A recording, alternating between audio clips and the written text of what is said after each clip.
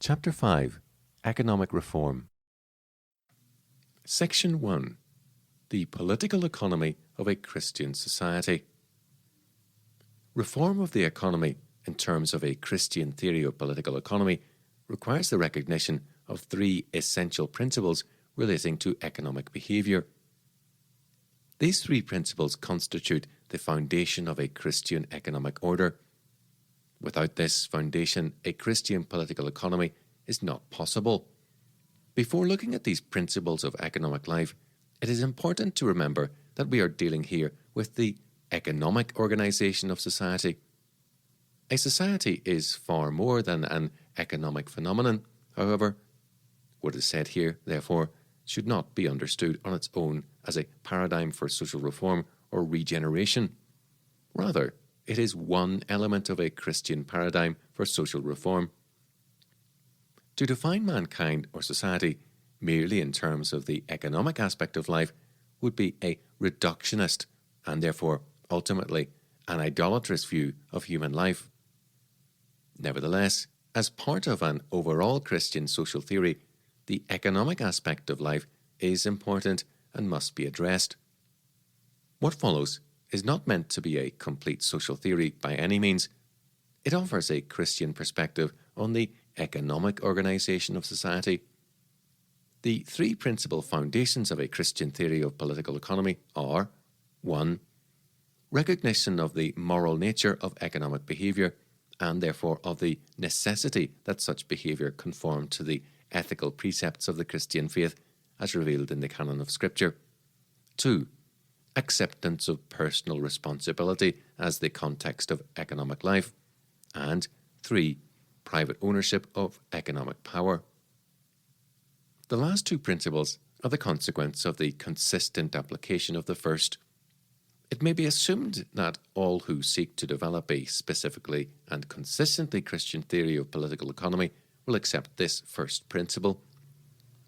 It may also be assumed that the second of these principles will be accepted by economists who are committed to a specifically Christian approach to their subject.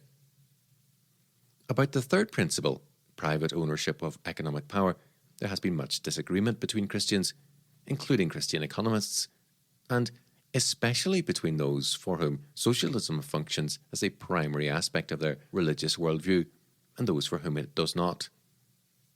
This chapter will attempt to show why the consistent application of biblical ethics to economic behaviour must lead to private ownership of economic power, and what political reforms are necessary if the British economy is to conform to a Christian theory of political economy.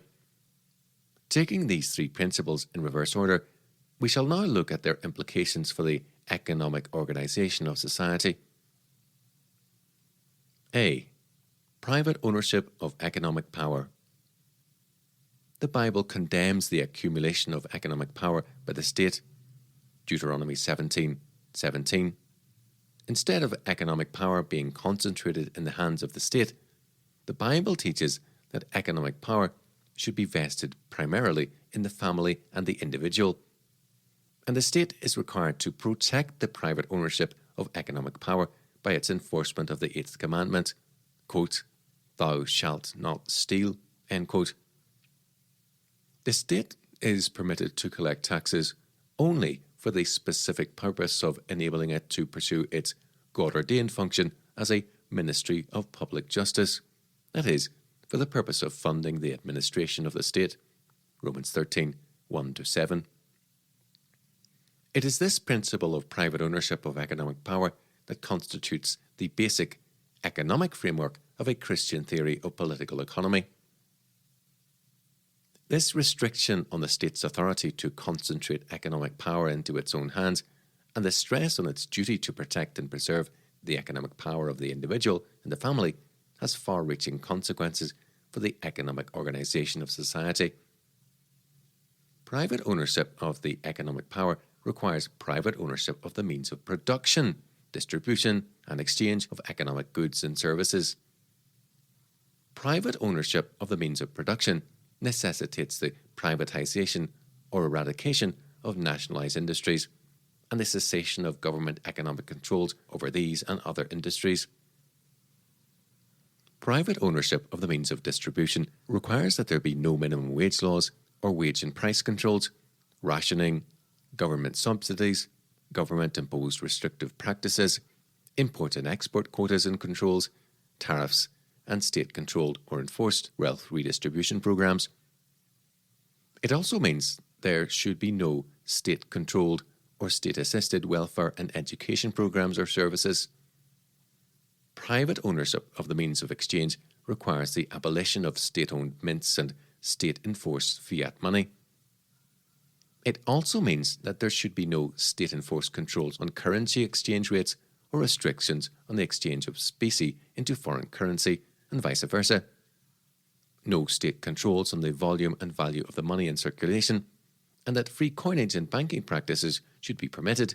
That is, there should be no state-imposed license requirements and controls on entry into the economic enterprise of banking and minting coin other than those required by the administration of public justice. That is, for example, fair weights and measures. B. Personal responsibility. What has been described above would be called today a free enterprise or free market economy. That is, a society in which there is freedom from government direction and control in the economic decisions that people make. A Christian economic order, however, requires more than the mere application of the mechanisms and technology of free enterprise. The Christian theory of political economy does not presuppose that mere freedom from state control and access to free market economic technology, for example, the availability of technological improvements in industry or of highly developed financial institutions and methods of payments, greater economic rationalization, etc., can, on their own, produce economic growth and the general social amelioration that economic growth makes possible. Nor does it suppose that a policy of laissez-faire on its own will produce a Christian economic order. The Christian theory of political economy recognizes that the most important economic resource is human initiative. Where this is lacking or is socially prohibited in some way, economic growth and general social amelioration will be limited. Economic growth, therefore, requires a social order in which the Christian virtues of honesty, hard work, and thrift are accepted and prized, and in which personal initiative and effort are rewarded without social disapprobation being shown to those who succeed. This requires a society in which envy is not accepted as a legitimate response to the success of others, or at least a society in which envy is not institutionalized as virtue by politicians who are eager to appease the envy of voters by promising punitive social controls over the wealth and freedom of those who succeed in business.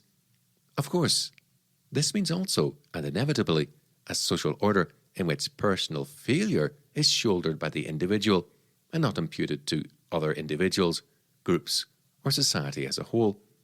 That is to say, the Christian theory of political economy requires a social order in which both the freedom and the responsibility of the individual, as well as the necessity of honesty, hard work, and thrift, are recognized as essential to a sound economy, and, moreover, in which these ideals are prized above the mere acquisition of material things. Private ownership of the means of production and distribution is widely recognized as an essential feature of capitalism. Quote, private ownership of the means of production has been a classic definition of capitalism vis-à-vis socialism, but a Christian, that is, a biblically informed theory of economic organization of society, requires more than this. It requires private ownership of the means of exchange, as well as private ownership of the means of production and distribution. The reasons for this will be explained below. C. The ethical foundations of a Christian political economy. The epistemological and ethical foundations of a Christian theory of political economy should be explicitly articulated and provide the intellectual, moral, and economic framework within which the Christian economist seeks to understand his subject. It is in the context of these epistemological and ethical guiding principles that the Christian economist must seek to develop norms for economic behavior. This intellectual, moral, An economic framework is a theonomic framework. That is to say, it is a framework that seeks to explicate the precepts of God's law as they apply to economic behaviour in the modern world, and thus provide ethical criteria for assessing different types of economic behaviour and economic policy. Christ said, quote, "If ye love me, keep my commandments," end quote, John 14:15. And the Apostle Paul taught us that, quote, "Love worketh no ill to his neighbour." Therefore, love is the fulfilling, that is, the keeping, of the law, end quote, Romans 13:10. The Christian economist seeks to show us how we can love God and our neighbour in the way we behave economically, and what kinds of economic activity are prescribed by God's law. It is this explicitly biblical, epistemological, and ethical perspective, along with the biblical concept of private ownership of economic power and the Christian ethic of personal responsibility, that constitutes a distinctively Christian theory of political economy. This theonomic framework accounts for the Christian view of the role of the state. In the Christian perspective, the state's authority over the individual and society is limited. But this limitation is of a specific nature. It is not libertarian in nature. The state is there to protect and preserve the moral environment in which the individual, the family, church and society generally can function obediently in response to God's revealed will for and calling upon mankind. Without the preservation of moral and legal order, sin would reign unchecked in society and rational economic activity would become impossible. The state thus has a vitally important, God-ordained role to play in society, without which it is not possible for a free market economy to function properly. As a ministry of public justice, it creates the social order necessary to enable the free market to flourish. By establishing justice, it enables the law-abiding citizen to go about his business with confidence in the legal and moral predictability of the market order, lack of which would render national economic behaviour according to the fixed moral standards of the Christian religion impossible. But its role is political, not economic in nature. When the state does engage in management of the economy, it disrupts this moral order. That is, it confuses politics with economics and becomes a disruptive influence on the very order it is charged by God with preserving. The state is not given authority by God's word to manage the economy or redistribute the wealth it produces.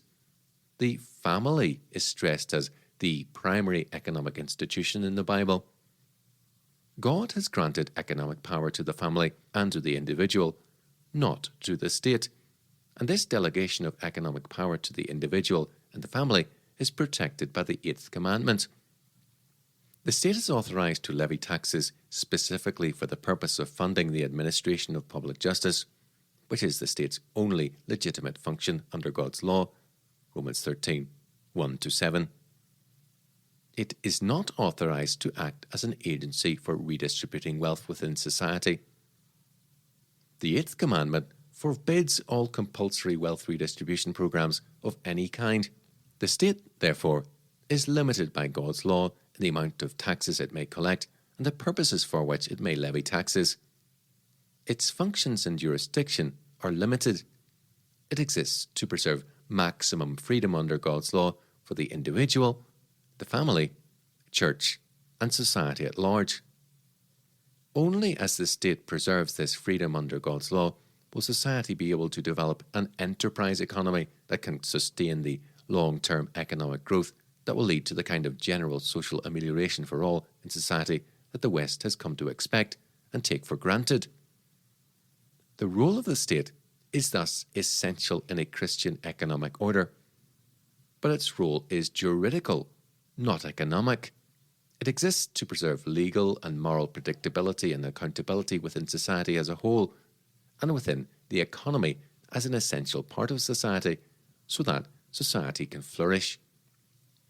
The Christian theory of political economy sets forth, therefore, a form of economic organization based on private ownership of the means of production, distribution and exchange, and the Christian virtues of honesty, hard work, thrift, and personal responsibility in the context of a free society abiding by the rule of law, with a limited civil government appointed to administer public justice according to the general principles of equity laid down in God's law.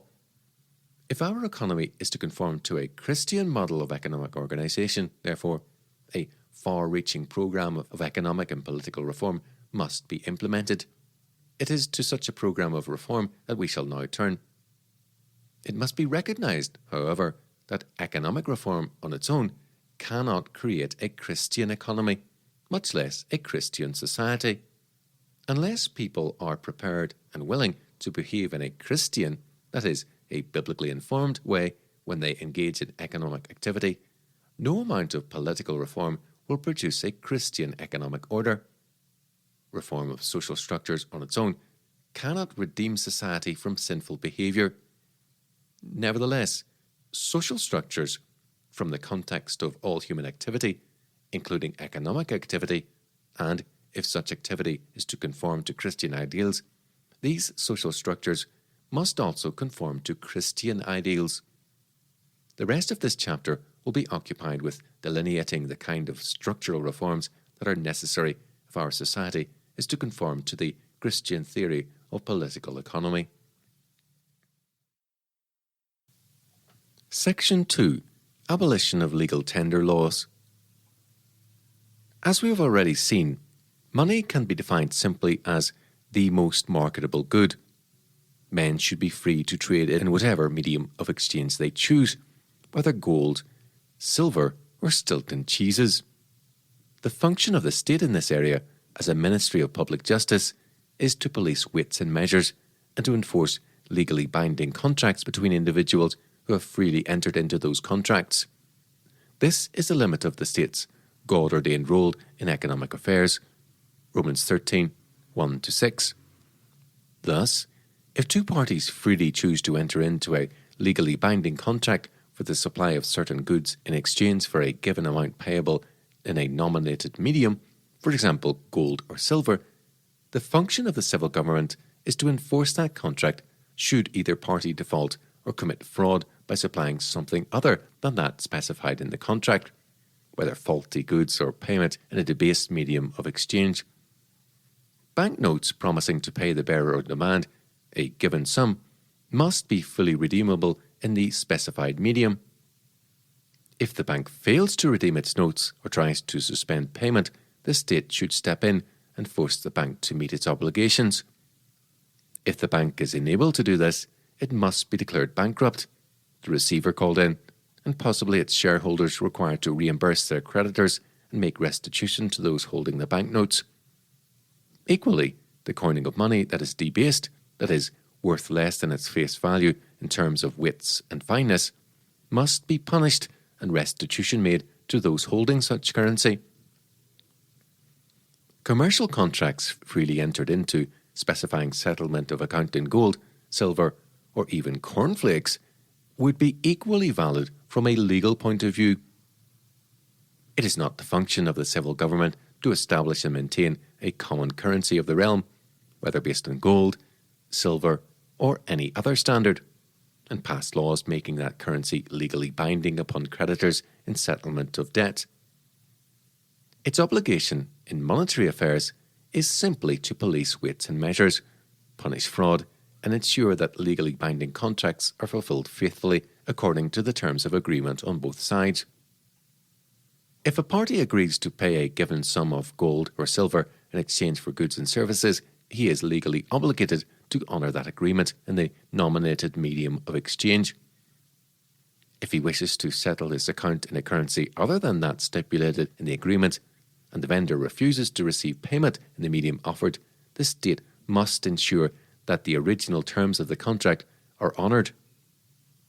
The state does not have the moral authority to pass legislation that standardises a particular medium of exchange as currency of the realm, obliging all creditors within its jurisdiction to accept that medium in the settlement of debt. For the state to create and maintain such legal tender and enforce its use in society is an abuse of its God-given authority and power and an attack on the individual's freedom under God's law. In a society basing its monetary transactions on just weights and measures and legally binding contracts, and where the government's role in the economy is limited in the way described above, there might, theoretically, be multiple currencies or mediums of exchange in use. In practice, a single medium, as the most marketable good, which historically has been gold, would probably establish itself as the main currency or standard of payments. That is to say, people would tend to demand a certain medium in exchange for goods and services, since, as the most marketable good, the use of that medium of exchange would maximize their options and give them a more competitive position in the market. Less marketable mediums of exchange would therefore tend to be demonetized. This is a process of economic rationalization that develops over time and in fact accounts for the emergence of gold as a de facto international medium of exchange and a general demonetization of other mediums of exchange. Given the economic conditions described above, therefore, gold would most likely become the common medium of exchange and payments would be settled either in gold coin, checks drawn on gold accounts, or by means of gold instruments, that is, claims to gold and promissory notes redeemable in gold on demand, banknotes, etc. Other mediums in circulation, such as silver and less valuable metals for lower denominations, such as copper, would be valued against gold. But no legally binding fixed exchange ratios would exist. Thus, the situation that existed in Britain prior to 1914, when the face value of silver coin was greater than the value of its metal content, and between 1914 and 1920, when silver coin was undervalued and worth more than its face value, would be avoided. There would, in other words, be floating exchange rates between different mediums, and silver and bronze coin would effectively function as currency only up to a certain amount, beyond which it would tend to be demonetized due to the greater value and efficiency of gold as a medium of exchange. Gold would probably function as the de facto standard. This does not mean that gold should be made a legally binding standard of payments enforceable by legal tender laws. The establishment of government mints and a central bank to regulate and control the issue of money in terms of an official gold standard. The only monetary standard enforceable by the state should be that of honesty.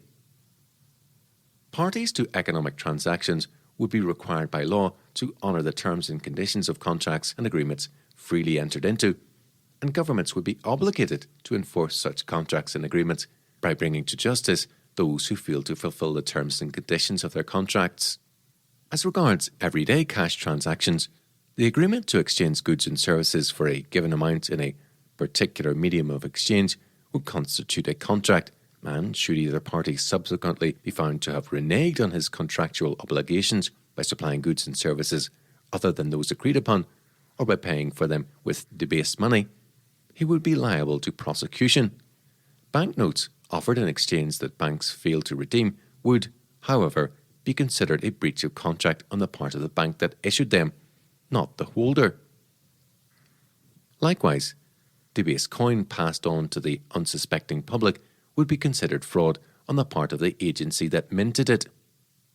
Only by limiting the government's role in monetary affairs to the task of enforcing legally binding contracts and policing weights and measures shall we be able to regain our economic freedom, since governments passed legal tender laws in order to enable the state to control the creation, volume, and value of the money in the economy. Governments demand such powers ultimately in order that they might be able to expropriate the nation's wealth for their own purposes, for example, in order to redistribute the nation's wealth. Such government-created and government-controlled legal tender, whether it is based on a gold standard or a fiat paper standard, involves the curtailing of the individual's freedom and usually the plundering of his economic resources by the state. This is theft by government decree and thus economic tyranny. Abolition of legal tender laws would hamstring the state's ability to control the money supply by rendering its debased paper notes ineffective as the only medium of exchange legally binding in the settlement of debt. Eventually, as this and the other reforms discussed in this chapter were put into practice, this currency would become worthless and its continued creation would be rendered illegal, since its issue would not be considered a legitimate function of the state. Parties to an economic exchange would be free to stipulate the currency of their choice, which would be legally binding, even in the settlement of debt. The government would be forced increasingly to finance its own borrowing by raising taxes, and it would be required to make payments in the medium of exchange agreed upon by the parties involved in any contract it entered into. This would force the government onto an honesty standard like everyone else. If the government contracted for services or bought goods under an agreement that required payments in gold, it would be legally bound to honour its contractual obligations. Since governments should not be immune from the law, any failure on the part of the government to make payment in the medium of exchange agreed upon in a government contract would render it liable to prosecution, and bankrupt governments would be forced to resign from office and make restitution to their creditors. Governments should not be treated as limited liability corporations. Section 3. Abolition of government-imposed restrictions on the use of precious metals as currency. As we have seen, gold, because it excels above all other metals in the qualities necessary for a medium of exchange to function effectively, became the de facto monetary standard historically throughout the world. What is said here is equally applicable to all other forms of money, for example, silver and bronze. But since gold is the historically accepted form of specie used as a monetary standard throughout the world, the principles involved will be discussed in relation to gold. In order for gold to function efficiently as a medium of exchange, it must be allowed to function without political obstructions being placed upon its use as such. If the abolition of legal tender laws is to be effective, therefore, by allowing individuals to write legally binding contracts and generally trade in the medium of exchange of their choice, all regulations and laws penalising or obstructing the use of hard money must be removed. There have been two methods used to control the use of gold as a medium of exchange by our governments in recent times. A. Laws making the use of gold as money illegal, and B. The imposition of sales tax and capital gains tax on gold. The former simply makes all trade using gold as a medium of exchange a criminal act. This is a rather draconian measure, and those governments wishing to present themselves as more enlightened and enamoured of a free market philosophy would, no doubt, choose the latter, which makes the use of gold as money much more expensive than government fiat currency. That is to say, it makes its use as a medium of exchange unprofitable, or at least less profitable than fiat currency, and therefore uneconomic. Obviously, just as we should not expect to pay sales tax when exchanging token Cupro nickel coins for notes at the bank, neither should we have to pay it when exchanging fiat currency for gold. Yet, this was precisely what happened prior to January 2000 if one used gold as a medium of exchange, since both gold bullion and coin were subject to VAT. And, with the exception of British-denominated coin, the sale of gold is still subject to capital gains tax. Both these means of controlling the use of gold as money have been used by our governments since the Second World War. We shall now look at these blunt instruments of economic tyranny in more depth. A. Laws making the use of gold as money illegal. If the government is to control the economy for its own purposes, it must, of necessity, have a means of controlling the creation, volume, and value of the nation's currency. Without control of the nation's currency, the government power to control and manipulate the economy is severely handicapped. The freedom to trade, to use the medium of exchange of one's choice, to hold one's wealth in a form that the state has no control over, limits the power of state over society. Economic freedom is thus a great bulwark against tyranny. If the government is to have the power to pursue its own policies without being hindered and limited by the electorate, it must deprive people of their economic freedom and vest all power and authority over the money supply in itself and its agents. Taxation, no matter how heavy it may be, cannot accomplish this on its own, since it still leaves the taxpayer with a degree of economic freedom and thus with a real, if limited, sphere of economic life that the state is not able to control. Once the authorities have obtained control of the currency, however, by denying people the right to trade in the medium of exchange of their choice, it matters not how much toleration the government may show in times of peace or prosperity by permitting people to trade in various mediums other than government currency.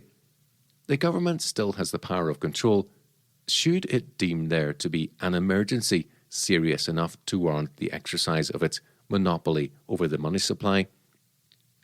Privileges, even great privileges, can be granted by those who have the authority and power to rescind such privileges. No matter how much free rope is given to people under normal circumstances, the government can pull in the slack when it wishes to do so. This was the story of Britain's economic and political history in the 20th century. For example, in time of war, the state needs to build up and maintain a war machine that will be able to defeat the enemy. The cost of doing this is immense, especially in times of mass warfare such as the First and Second World War. The state must amass the resources needed for this from the nation, which, in theory, it represents. The simple and honest way of doing this is through taxation. However, it seems that governments have always been prone to supplement taxation with deficit financing, that is, borrowing.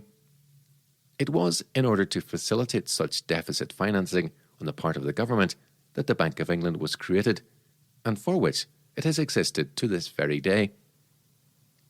When faced with the necessity of pursuing hard fiscal policies, however, government lays itself open to the disapprobation and censure of the electorate. In order to obtain its ends without the risk of unpopular resentment or of losing office at the next general election, or possibly even revolt, governments resort to the use of less obvious and open methods, though much more damaging to the economy, of monetary policy, that is, manipulation of the money supply. But how can government do this effectively and efficiently, especially in times of high government expenditure such as our own, if people are able to redeem their currency in gold and therefore able to maintain their economic independence of the state? Such independence, that is, economic freedom, necessarily limits the power of government. Suppose, then, that the government needs revenues to finance a war, for example, or the creation of a state welfare agency, but fears it will not be able to attain it through taxation without making itself unacceptable to the electorate, and therefore without running the risk of losing office at the next general election. It cannot inflate the money supply by issuing fiduciary media and allow redemption in gold without facing a massive run on its services. And if it does not offer redemption, people will not accept its notes. Thus, redemption in gold must be suspended. Indeed, as we shall see, all buying and selling of gold, or even the holding of wealth in the form of gold or foreign currency that can be redeemed in gold, must be made illegal, and individuals required to surrender their stocks of gold coin and bullion to the government coffers. The government is then able to inflate the money supply and monopolize the currency, and the population must accept payments in the form of devalued fiat notes issued by the central bank. By suspending the use of gold as money and replacing it with fiat paper money, the government is able to expropriate the nation's wealth without running the risk of creating the same kind of hostile reaction that direct fiscal policy would most likely create, particularly among the wealth-producing and property-holding classes, who usually have to bear the heaviest tax burdens of any taxable group. British society traditionally had a strong ethic of individual liberty informed by Christian values and a Christian view of responsible citizenship. In such a milieu, one might expect dishonesty on the part of government in the management of the nation's monetary system to provoke a public outcry. But it seems Christian ideals have long since ceased to have any place in our greedy and envy-ridden socialist society. Nonetheless, for government to raise revenues through the monopolising and debasement of currency, rather than by means of honest fiscal policy, is deceitful and constitutes a form of theft on the part of the very institution whose purpose and duty is to uphold justice, protect the innocent, and punish wrongdoing. It is economic tyranny. The individual's rights and freedoms are outlawed and his livelihood becomes dependent on a state-managed economy. His economic prosperity, his opportunities for work, perhaps even his right to work, become inseparably tied to government economic and social policy. Economically, he is no longer free. He has become enslaved to the state. Most people, of course, are unaware of what is happening. They are promised security and prosperity by an all-powerful state, and they begin to see freedom as a mean thing alongside this. Once they are hooked on such propaganda, this whole totalitarian ideology becomes reinforced throughout society and institutionalized. The result is that government power and control over people's lives is enhanced and reaches levels not previously countenanced or perhaps even thought possible. The population, by and large, since it is unaware of the danger that such absolute power brings, is apathetic about what is happening and fails to recognize the need for reform of government. People see only the promises that governments make, promises that are impossible to keep, though few politicians will admit it.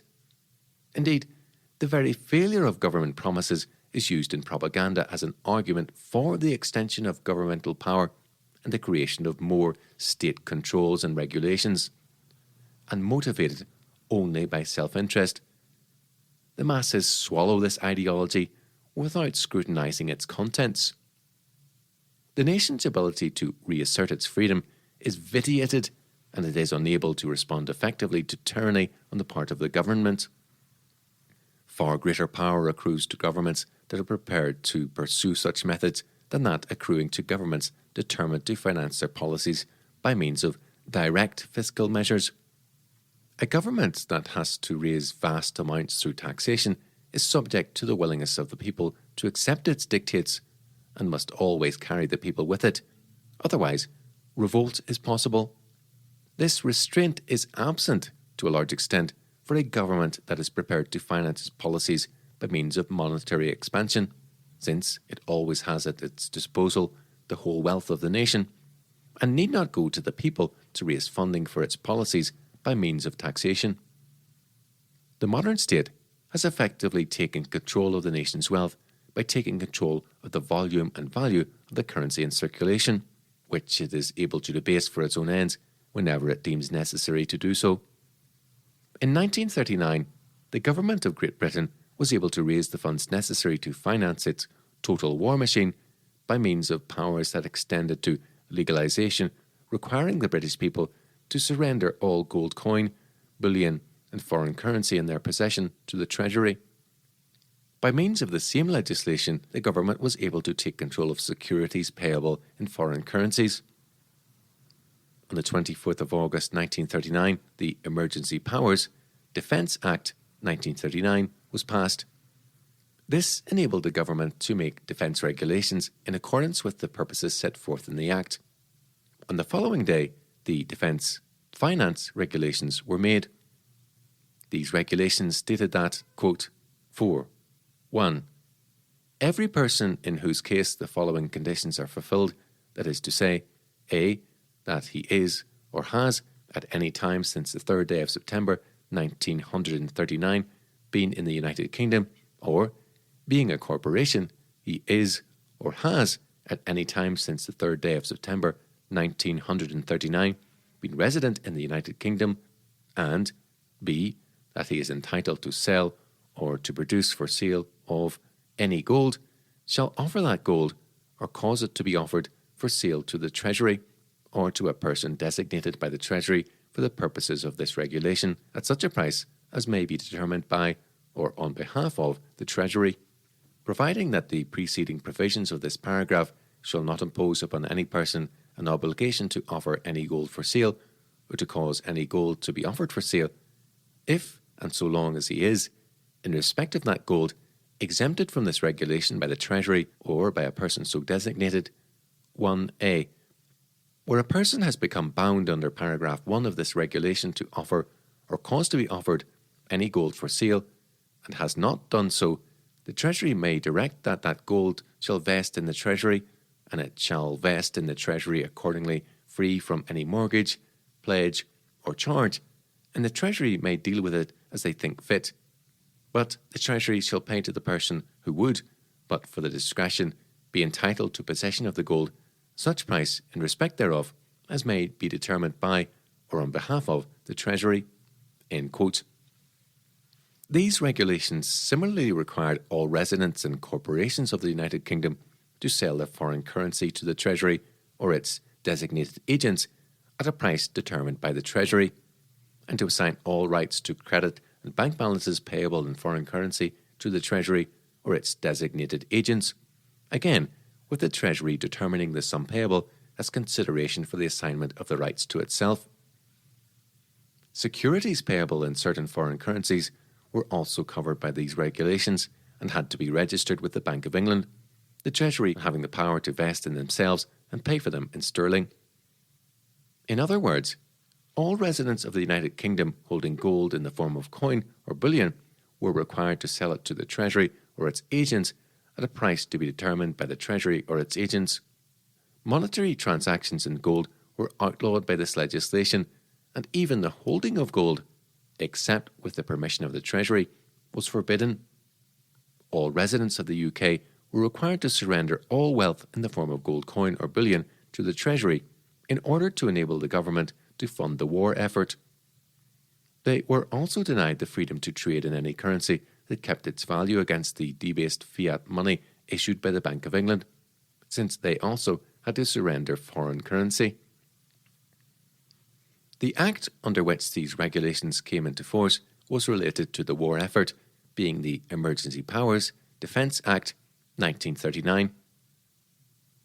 After the end of World War II, however, the government, wishing to maintain this policy of outlawing the use of gold as money by the British people, could hardly maintain it under emergency powers taken in the state of war. The 1939 regulations were therefore superseded by the Exchange Control Act 1947. This enabled the government to continue its monopolistic control of the gold supply in time of peace. Section 1 of the Act prohibited anyone in or resident in the United Kingdom from purchasing, borrowing, selling, or lending, either in or outside the United Kingdom, any gold or foreign currency form to anyone other than an authorized dealer, and required anyone who did purchase or borrow gold or foreign currency from an authorized dealer to comply with such conditions regarding its use as the Treasury may impose upon it. Section 2(1) immediately then required everyone in or resident in the United Kingdom holding gold and who was not an authorized dealer to sell his gold or foreign currency to an authorized dealer, unless he had obtained consent to retain it from the Treasury. As in the 1939 regulations, the 1947 Act also covered securities. Certain exemptions from the general provisions of the Act were allowed. For example, under the Defence Finance Regulations 1939, genuine collector's pieces were not required to be surrendered under the 1947 legislation. Specifically, under the Exchange Control Collector's Pieces Exemption Order 1947, which came into force on the same day as the Exchange Control Act 1947, collectors were permitted to hold and deal in gold coin minted in or before 1816, and any gold coin minted later than that, provided its numismatic value was greater than that of its gold content, were it to be offered for sale to an authorized dealer. Other exemptions were granted where the holder had, quote, obtained the consent of the Treasury to his retention and use of any gold or specified currency, and is stated in an application for the consent that he requires it for a particular purpose, end quote. But when that purpose lapsed, the gold had to be surrendered. Furthermore, the Act states that, quote, Where a person has become bound under this section to offer or cause to be offered any gold or specified currency for sale to an authorized dealer, he shall not be deemed to comply with that obligation by any offer made or caused to be made by him if the offer is an offer to sell at a price exceeding that authorized by the Treasury, or without payment of any usual and proper charges of the authorized dealer, or otherwise on any unusual terms. In other words, not only was he required to surrender his gold unless it was held with the permission of the Treasury and for a specifically nominated purpose agreed with the Treasury, he had to sell it at a price determined by the Treasury, even if he could sell it for more than the Treasury price. The purpose of the Act was to prohibit the use of gold as money or trading in gold as a means of livelihood by the people of Great Britain. The government reserved to itself alone the right to use gold as money. By denying people the right to trade in hard money and foreign currency and forcing its own fiat standard upon the economy, the government greatly enhanced its power and influence over society. It had, through its monopoly of an inflationary mechanism for creating money, a means of plundering the wealth of the nation to fund its own policies and the extension of its authority over the lives of British people. F.C. Howard commented on this act, quote, "Almost every substantive subsection in the Act contained words such as, quote, except with the permission of the Treasury, end quote. This permission may be given generally by the Treasury or by notices to banks, brokers, registrars, and others which are published generally or issued to such persons from time to time, or by the approval of forms by answer to a special application made in a particular case. In addition, in cases where a particular section applies, it may be unnecessary to seek permission in consequence of an order made under Section 31, post, exempting certain persons or transactions altogether from the effects of a particular section. When considered in the light of these limitations, although the Act appears to prohibit the most everyday and inoffensive transactions by persons all over the world, it will be found generally that the control is not greatly altered from that which prevailed under defence, finance, regulations, and in some respect it is rather lighter." End quote. That the draconian measures implemented in time of war under emergency regulations should be enacted as permanent legislation after the cessation of hostilities, notwithstanding that the controls established may be eased from time to time under certain circumstances, and, after all, they may just as easily be enforced again, is a sobering example of the growth of government control over people's lives and of the acceptance of the ideology of state regulation of society, totalitarianism, over the past 50 years. The purpose of the Act was clearly to ensure that the authorities had control over the wealth and resources of the nation, and that no transfer of such to parties outside the United Kingdom or outside the jurisdiction of the government of the United Kingdom took place without their prior approval and permission.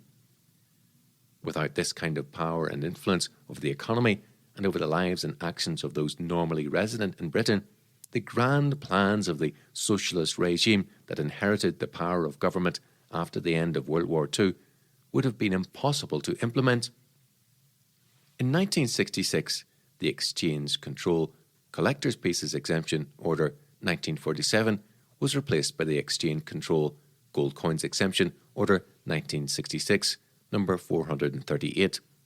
This allowed dealing in gold coins minted in or before 1837, and the holding of up to 4 gold coins minted after 1837, provided they were in the holder's possession on or before 26th of April 1966.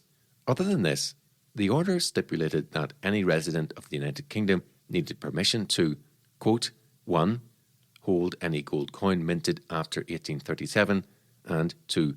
Buy or borrow or sell or lend any gold coin minted after 1839, 1837, unless he is selling to an authorized dealer in gold or a trader in coin, as defined in Statutory Instrument No. 2042 of 1949, or to a coin dealer specifically authorized by the Bank of England. End quote. This order was revoked in 1971 by the Exchange Control Gold Coins Exemption Order 1971, number 516, which enabled all gold coin to be freely bought, sold and held.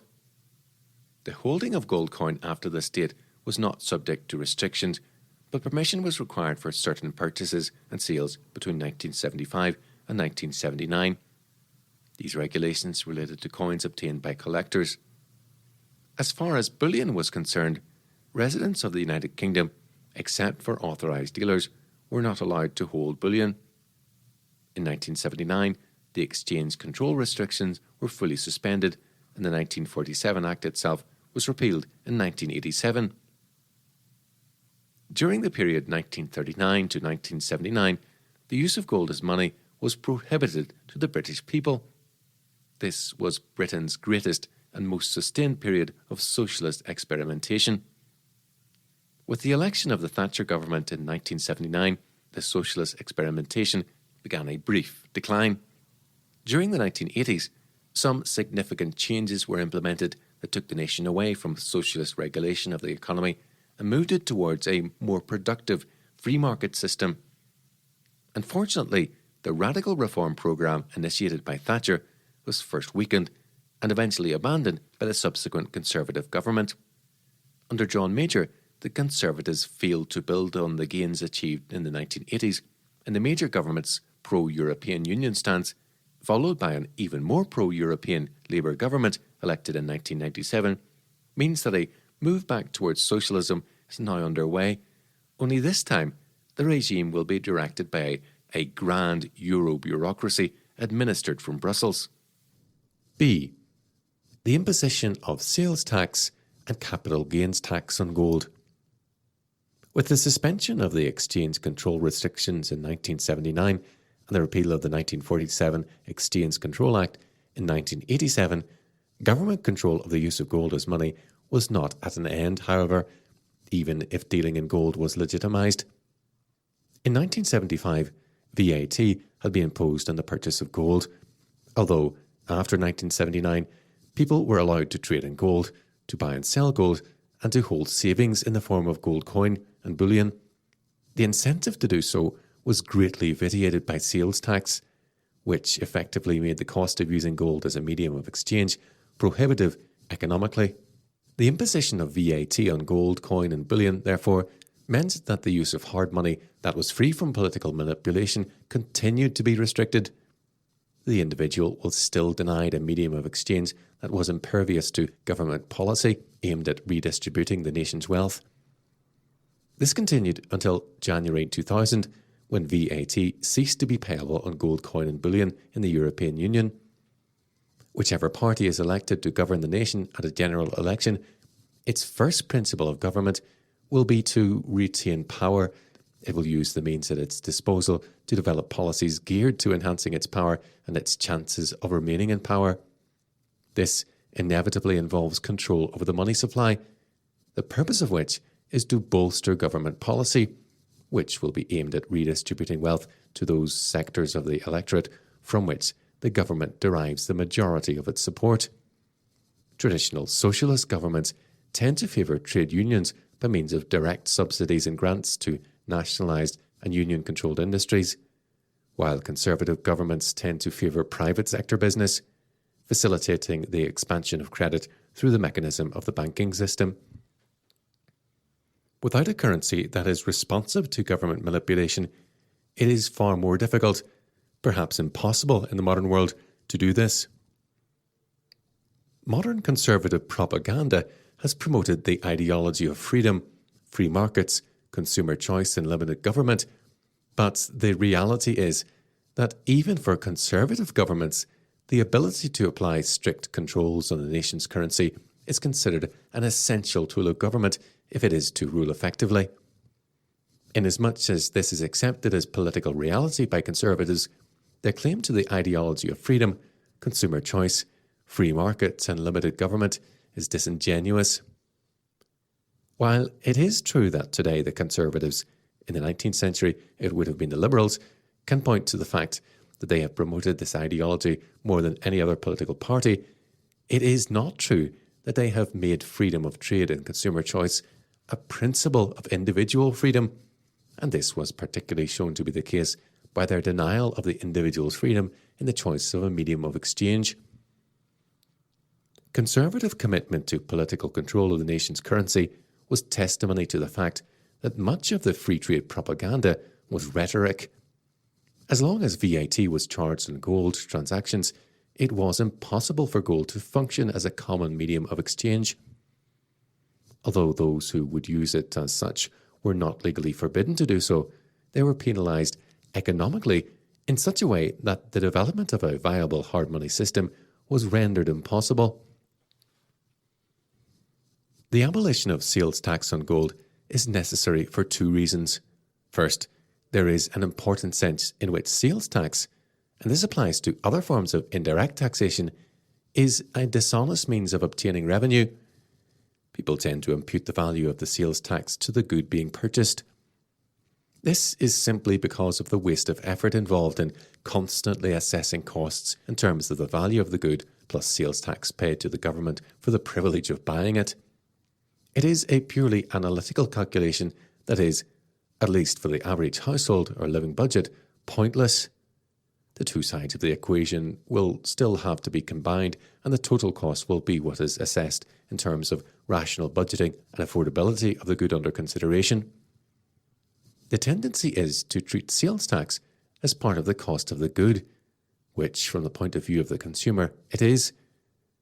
Where vendors simply advertise a sales tax inclusive price for goods, as is the case in Britain for many goods, the sales tax is more easily hidden, being disguised as part of the real cost of the goods, which, in fact, are cheaper than the tax-inclusive selling price.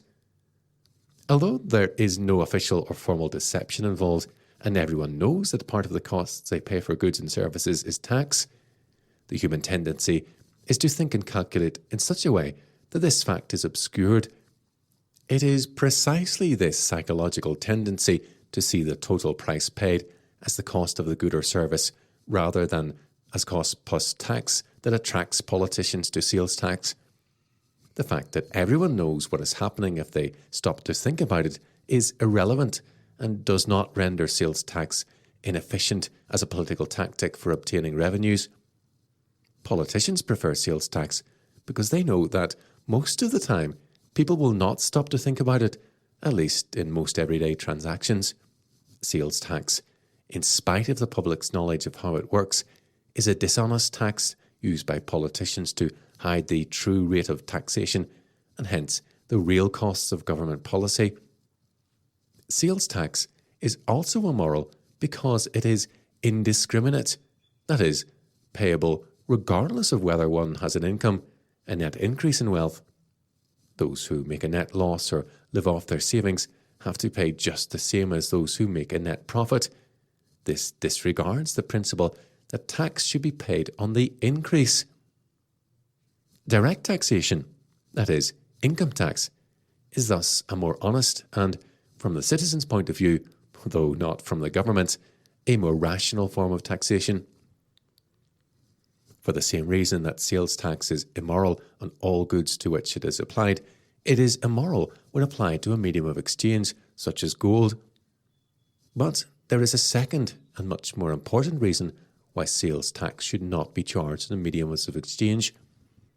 The effect of charging sales tax on money is to double the sales tax payable for anyone purchasing goods with that form of money.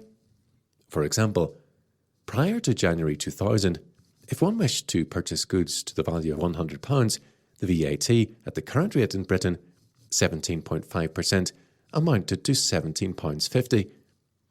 If one used a medium of exchange such as gold, sale of which by the banks itself attracted VAT at the standard rate, one had to pay £17.50 extra for the £100 of gold obtained for the bank in order to purchase the goods. This made the total VAT payable on the transaction £35, £17.50 paid on the goods themselves, and £17.50 paid on the gold obtained from the bank. The total sales tax was thus 35% on the value of the goods. Obviously, under such conditions of taxation, the use of gold as a medium of exchange is made impossible for economic reasons.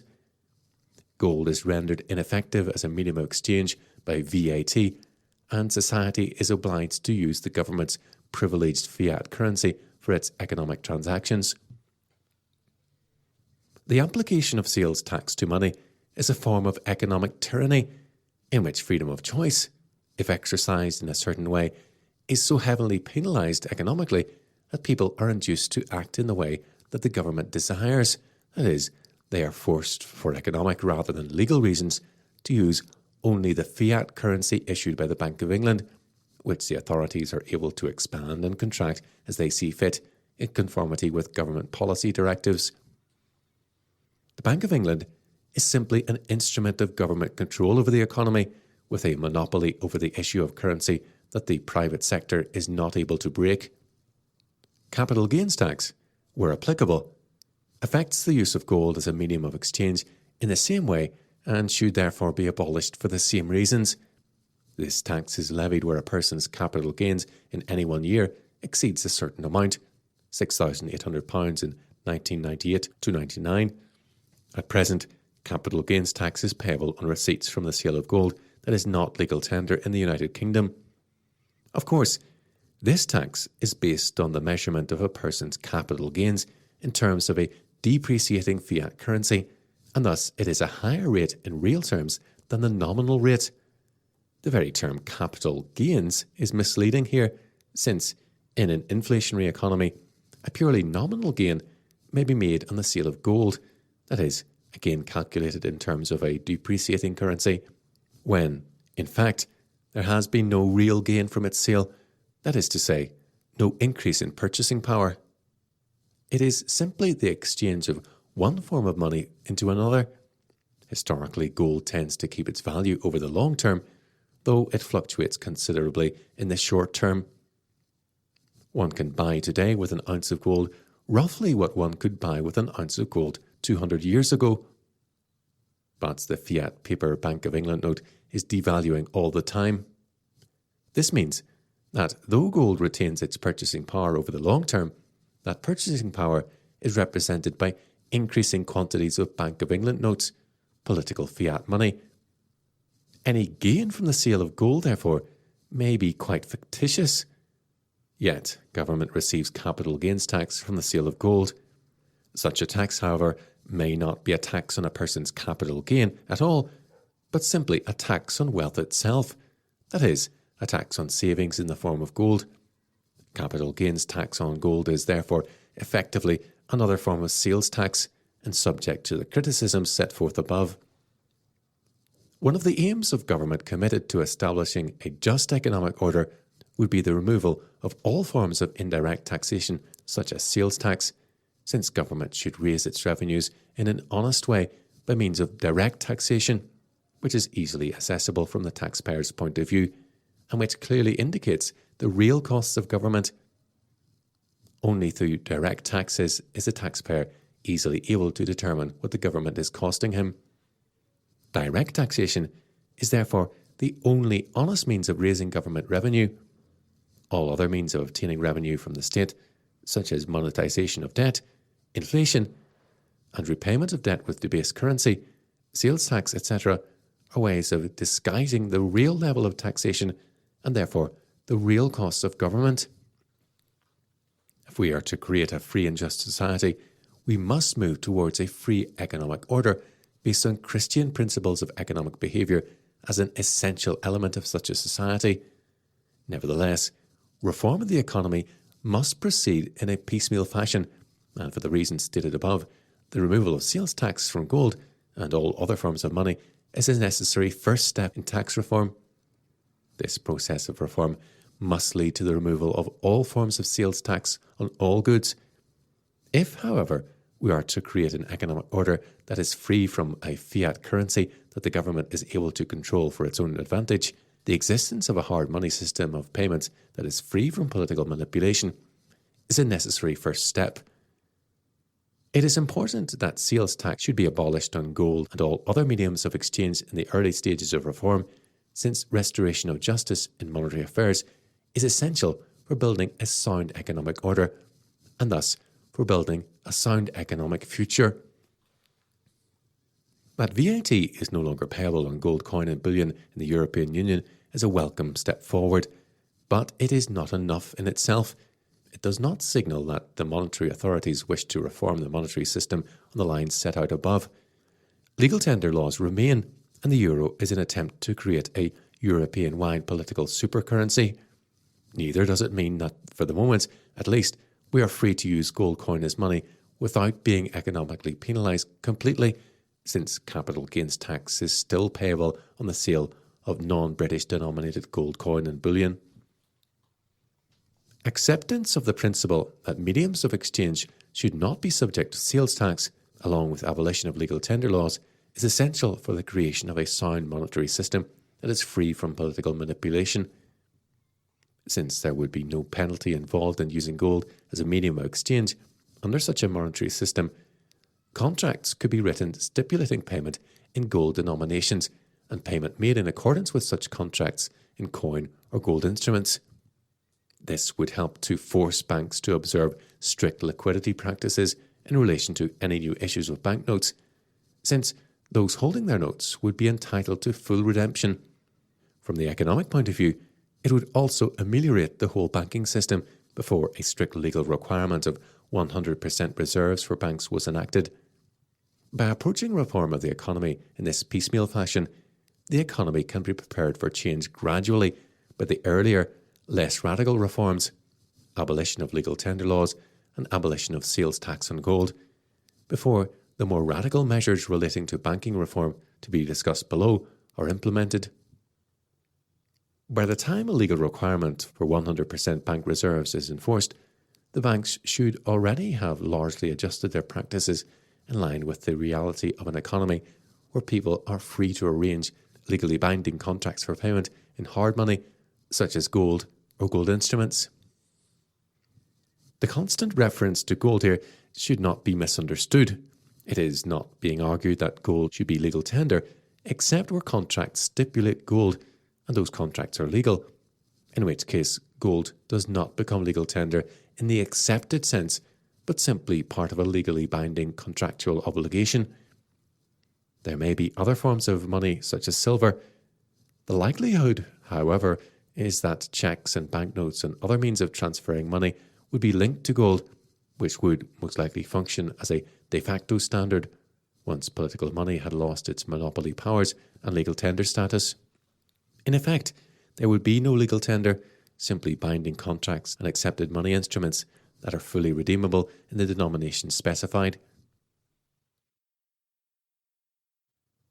Section 4. Reform of the banking system.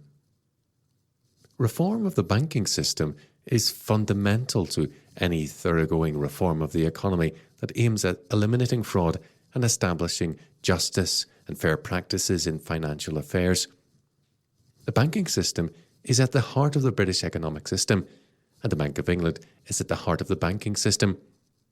If reform fails to penetrate to the foundations of current banking philosophy and practice, it will fail in every respect ultimately, since economic reforms that do not address the central role that the banking system plays in the economy will be superficial and cosmetic. Any good intentions and actual reforms implemented in other areas of the economy will ultimately be undermined if the fraudulent practices upon which the central banking system works are not exposed and brought to an end.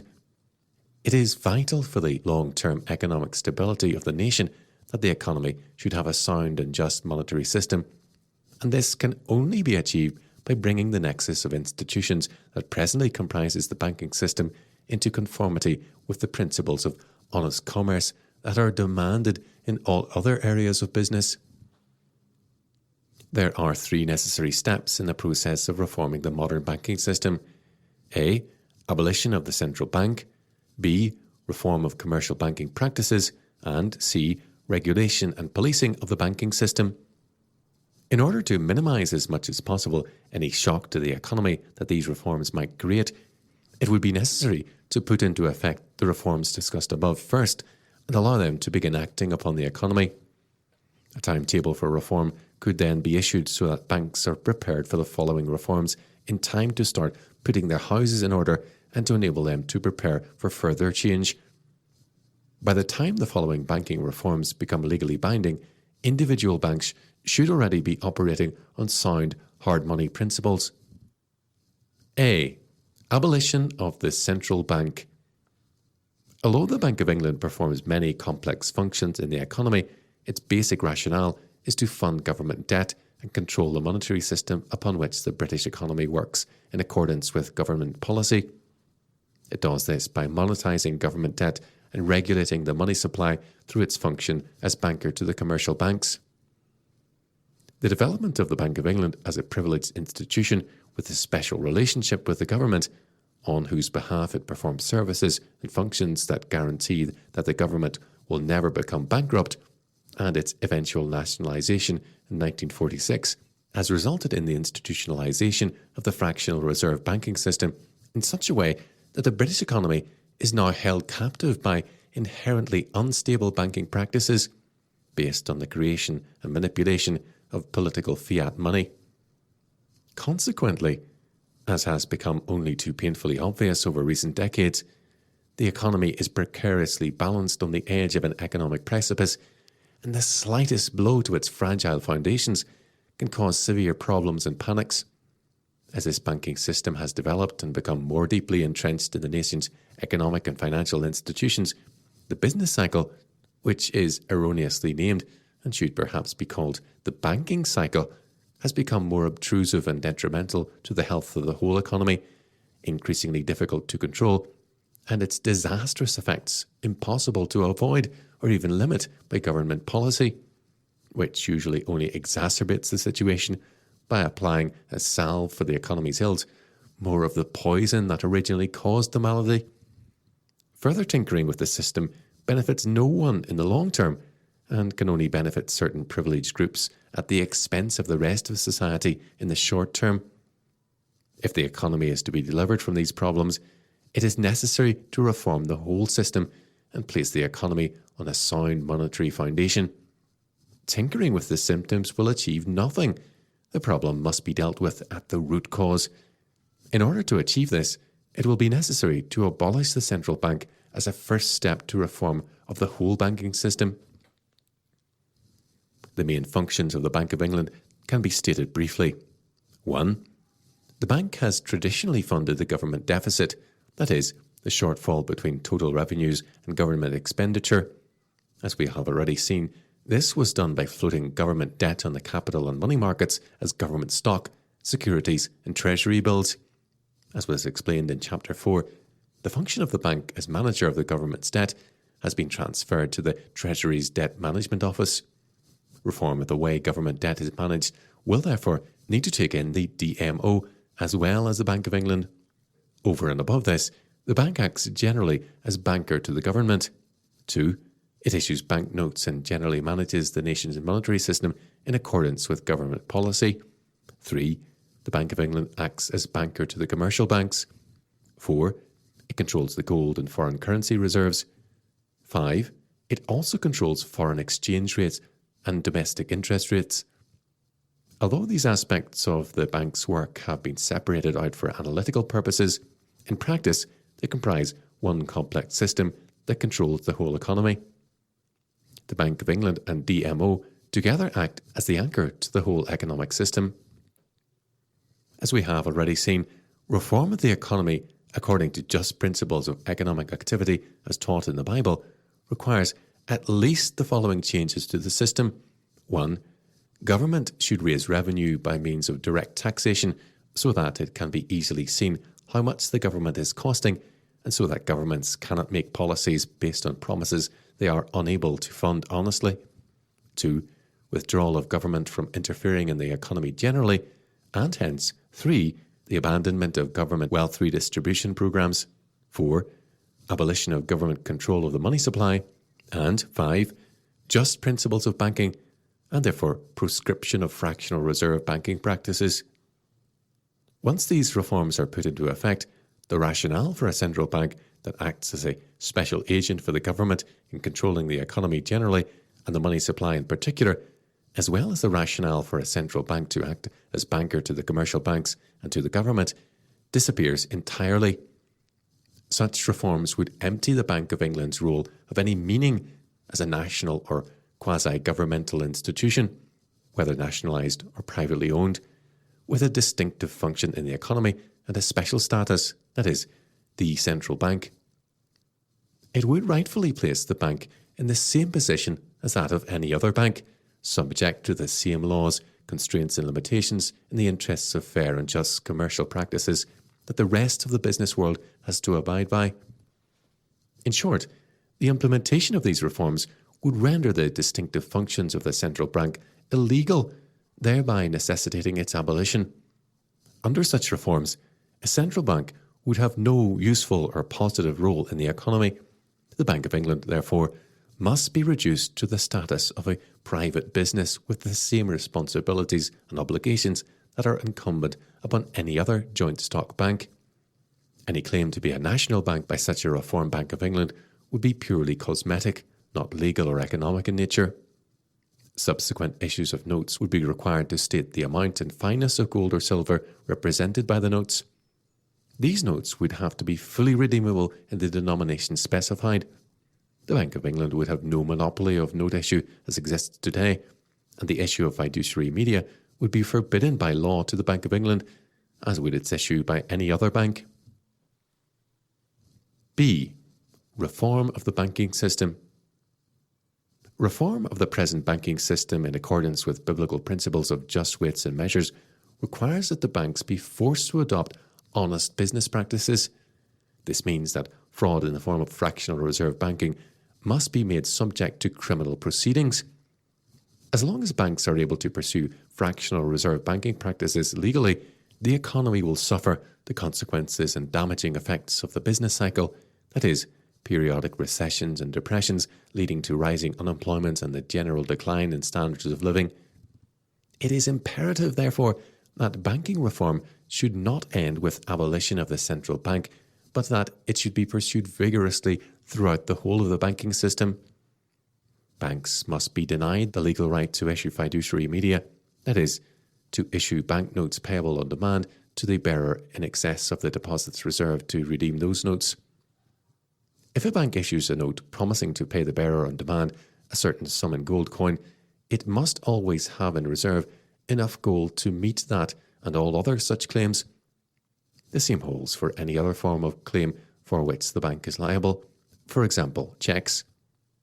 All forms of banking fraud must be proscribed. These reforms must be embodied in statute law. All issues over and above the reserves held by a bank should be punished by the civil authorities and appropriate restitution enforced. The effects of such reforms would be to split banking into two separate kinds of business. 1. Demand deposit banking, and 2. Investments and loans banking. In the first of these, the bank offers a place of safe deposit. In other words, it acts as a security guard for other people's money, for which it charges a fee, bank charges. In the second, it acts as a middleman, somewhat in the same way that a broker acts, between the one who wishes to invest his savings and the one who wishes to borrow to finance a business enterprise, etc. In this kind of business, the bank makes its profits from the difference between the interest charged to the one who borrows from the bank and the interest paid to the depositor who places his funds at the disposal of the bank for purposes of investment. We shall now examine these two sides of legitimate banking business in turn. 1. Demand deposit banking. A demand deposit is a sum of money deposited with a bank that can be drawn upon by means of personal written instruction to the bank, cheques, or bank notes, promises to pay the bearer on demand, in other words, IOUs, without advance notice having to be given to the bank. As we have seen, reform of the banking system necessitates the proscription of fractional reserve practices as fraud. It would be illegal, therefore, for a bank to lend out deposits that can be drawn upon instantly in the form of cheques or banknotes which function in the economy in the same way that the deposits they represent would function were they in circulation. Likewise, it would be illegal for banks to use such deposits as a reserve for unbacked notes, fiduciary media. Under such conditions, it would not be possible for the bank to make a profit on the demand deposit side of its business except by making a charge for its services. Such charges would be fees for the safekeeping of deposits, whether these deposits are gold bullion, coin, foreign currency, or any other kind of money or goods. Obviously, in such a system, the payment of interest on such deposits, which has become more common recently on certain kinds of personal current account, would disappear also. With current accounts that can be drawn upon by cheque, the payment of charges would be quite simple and pose no problems whatsoever. Charges would be payable, as they are now on trading accounts and some personal accounts. Provided that charges on current accounts are brought in along with the abandonment of fractional reserve banking, this system would be of great benefit to those who use current accounts. Under the fractional reserve system, in which banks can profit from current accounts without making charges, indeed, even while paying out small amounts of interest on them, the advantages to be gained from not having to pay banking charges or from receiving small amounts of interest on current accounts are greatly outweighed by the disadvantages arising from the constant depreciation of the value of the monetary unit, that is, loss of purchasing power, that continuous expansion of the money supply creates. The fractional reserve system enables the banks to make their profits by means of expanding the money supply and redistributing wealth from their creditors to their debtors, taking for themselves a percentage in the form of interest on the loans they advance to their debtors. Under a reform banking system in which this is forbidden, the deposit side of banking becomes a safe deposit service, which is arguably the antithesis of current banking practices. The depositor's interests are served far better with this kind of deposit, since the value of his deposit is maintained. Under such conditions, the total purchasing power of a sum of money kept in a demand deposit account over a given period of time, even allowing for deductions in the form of bank charges, would be greater than that of the same deposit plus interest kept in an interest-bearing account over the same period under the present fractional reserve system. Since the fractional reserve system is inherently inflationary and leads to the constant devaluation of currency. The use of banknotes under this reformed banking system, however, would pose certain problems. A banknote is essentially a receipt for a deposit made with a bank, entitling the holder to the sum deposited on demand. Economically, there is no difference between a banknote and a cheque. The deposits represented by the banknotes would have to be stored and always available should holders of the banknotes wish to redeem them. Only under such conditions would a bank issuing notes be solvent and therefore able to meet its liabilities in the event of a run on the bank. However, since a banknote is an entitlement to a deposit, the banker, if he is to profit from issuing banknotes that are fully backed by reserves, must charge for the service of storing the deposits they represent. Those initially making deposits for which they receive banknotes to the value of the amount deposited would have to make a payment for the storage service, just as those holding current accounts would pay charges. This system would probably mean that banknotes would become dated instruments with a limited period for redemption at their nominal value. If notes circulated beyond the date of redemption at face value, the bank would only redeem them at a discount that would take account of the storage service provided after the date of maturity. This discount would increase with time. Theoretically, if left long enough, the discount for storage charges would increase until it equaled the nominal value of the note, and the bank would be entitled to take the whole deposit in payment for the storage service it has provided, at which point the note would become worthless as a claim on the deposit it originally represented. Although it is probable that such banknotes would exist, it is unlikely that they would have the same role in the economy that banknotes currently have. Banknotes might well disappear as a means of payment in everyday monetary transactions. This may seem somewhat odd, and some may find it hard to imagine not having the use of banknotes, but a little reflection will show that such a change in monetary practices would not be insurmountable, nor indeed difficult to accommodate. In the first place, it should be remembered that banknotes are not essential to rational economic activity, nor to the monetary requirements of the economy. As Ludwig von Mises observed, quote, "Banknotes are not indispensable. All the economic achievements of capitalism would have been accomplished if they had never existed. Besides, deposit currency can do all the things banknotes do." End quote. Second, Any objection to such reforms based on arguments relating to the convenience of using banknotes is easily resolved. As Mises has argued, to the extent that banknotes are considered more convenient than coins, the public would be prepared and willing to pay a premium for their use, making the issue of banknotes in exchange for deposits a chargeable service as described above. Indeed, Mises states that, quote, in the earlier days, banknotes issued by banks of unquestionable solvency stood at a slight premium as against metallic currency, end quote. He goes on to observe that, quote, travellers' end quote checks are rather popular because the bank issuing them charges a commission for their issuance, end quote. Moreover, any objection based on the convenience and ease of use of the banknotes, quote, does not provide a justification for the policies urging the public to resort to the use of banknotes. Governments did not foster the use of banknotes in order to avoid inconvenience to ladies shopping. Their idea was to lower the rate of interest and to open a source of cheap credit to their treasuries. In their eyes, the increase in the quantity of fiduciary media was a means of promoting welfare, end quote. The disastrous effects of the provision of this fraudulent cheap credit to governments and the concomitant credit expansion policies of the banks is far more detrimental to the public than the inconvenience of not having the free use of banknotes. To argue that fractional reserve banking should be tolerated in order that banks might issue notes that are convenient to use without charging for their services is to strain at a gnat and swallow a camel. Third, computerized information technology has already made the use of credit and charge cards very popular, and banknotes have correspondingly ceased to play as important a role in the economy as they formerly did. With the growth of such devices and the introduction of other systems of payment, such as the switch method of accessing current accounts, again made possible by the development of computerized information technology, the use of banknotes has naturally become less frequent in any case. It is not so difficult, after all, then, to imagine an economy with no, or at least very few banknotes in circulation as a means of making everyday payments. Those formerly used to making payments in banknotes, if they did not wish to pay a premium for their use to cover bank charges, would soon adjust to new conditions and methods of payment.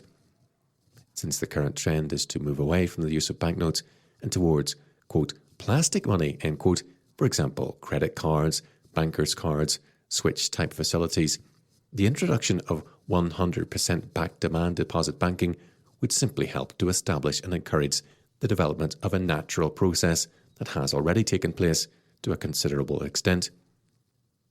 The introduction of these reforms into the economy would provide a just and morally acceptable foundation for the growing, quote, plastic money, end quote, industry, which it presently lacks.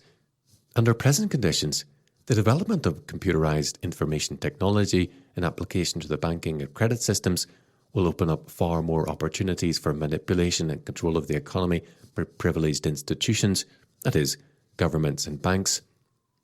These institutions are able to expand and contract the money supply in accordance with their own interests, to the disadvantage of the population generally, while being legally immune from prosecution. With the reform of banking practices in accordance with Christian principles of fair weights and measures, Leviticus 19:35-37, Deuteronomy 25:13-16, and the application of that principle to all economic transactions, the creation, deposit, and transfer of money would be brought under a strict legal code of justice with no privileged status for banks and governments and opportunity for free entry into the banking business. That is to say, the banking system would be subject to the rule of law without respect of persons. Under such conditions, the application of computerized information technology to monetary affairs and the use of, quote, plastic money, end quote, would be free to develop as far as is practicable, yet remain firmly based on sound moral and monetary principles. An opportunity for legalized fraud would be denied to those using such technology in the banking and credit industries, being inextricably linked to a banking system that operates on the fractional reserve principle. 2. Investments and loans banking. The second kind of banking practiced by the commercial banks under the system of reforms set forth above would be investments and loans business. This would be based on time deposit banking, that is, deposits would be subject to withdrawal only after the elapse of a specific period of time for which the deposit is made. Once deposited, the funds would be loaned out by the bank for a specific period of time, the final date for repayment falling due on the date of maturity of the original deposit. Only when the funds are returned to the bank in the form of repaid loans would the depositor be able to withdraw his deposit. Such deposits could not be subject to withdrawal on demand. They would be time deposits. But unlike demand deposits, they would bear interest. The bank would make its profit from the difference between the interest charged to its debtors, borrowers, and that paid to its creditors, depositors. This kind of banking is investments and loans business. It is important that we understand, therefore, that depositors would be investors, and that just as all other investments carry risks, so also there would be a certain degree of risk associated with investment in a time deposit. This risk would be that the bank's debtors, borrowers, may default on repayment of the loan on the agreed date, leading either to later repayment or even cancellation of the debt. In such cases, depositors, investors, could lose the interest or part of the interest on their deposit, or even the whole or part of their investment. For instance, bankrupt businesses severely in debt to the bank may make it impossible for the bank to bear the whole loss associated with that particular loan, and therefore the bank may have to pass on the loss to depositors, either in the form of lower interest rates, loss of interest altogether, or even loss of part or the whole of the deposit. Although this is true theoretically, in practice, the degree of risk associated with investments and loans banking would be considerably reduced over that associated with direct investment in companies and business projects, since loans would be pooled in order to spread risks. And the bank would be expected to bear the greater part of the loss. In practice, any bank that continually made bad loans and then passed its losses on to its creditors would get a bad reputation and soon go out of business. This means that investments in the form of bank time deposits would be relatively safe, but the profits, interest made on such deposits, would be lower than the profits made from direct investments. Those who take the greater risks receive the greater rewards, just as they are also subject to the possibility of greater losses. If no such risk is acceptable in any degree to the depositor, he would have to deposit his funds in a demand deposit account without interest and pay banking charges. These funds would not be loaned out under any conditions and would always be on call in the form of cheques or banknotes, entitling the bearer to redemption on demand. The bank would not be permitted legally to use such funds for loan purposes, and any such practice would be considered fraudulent.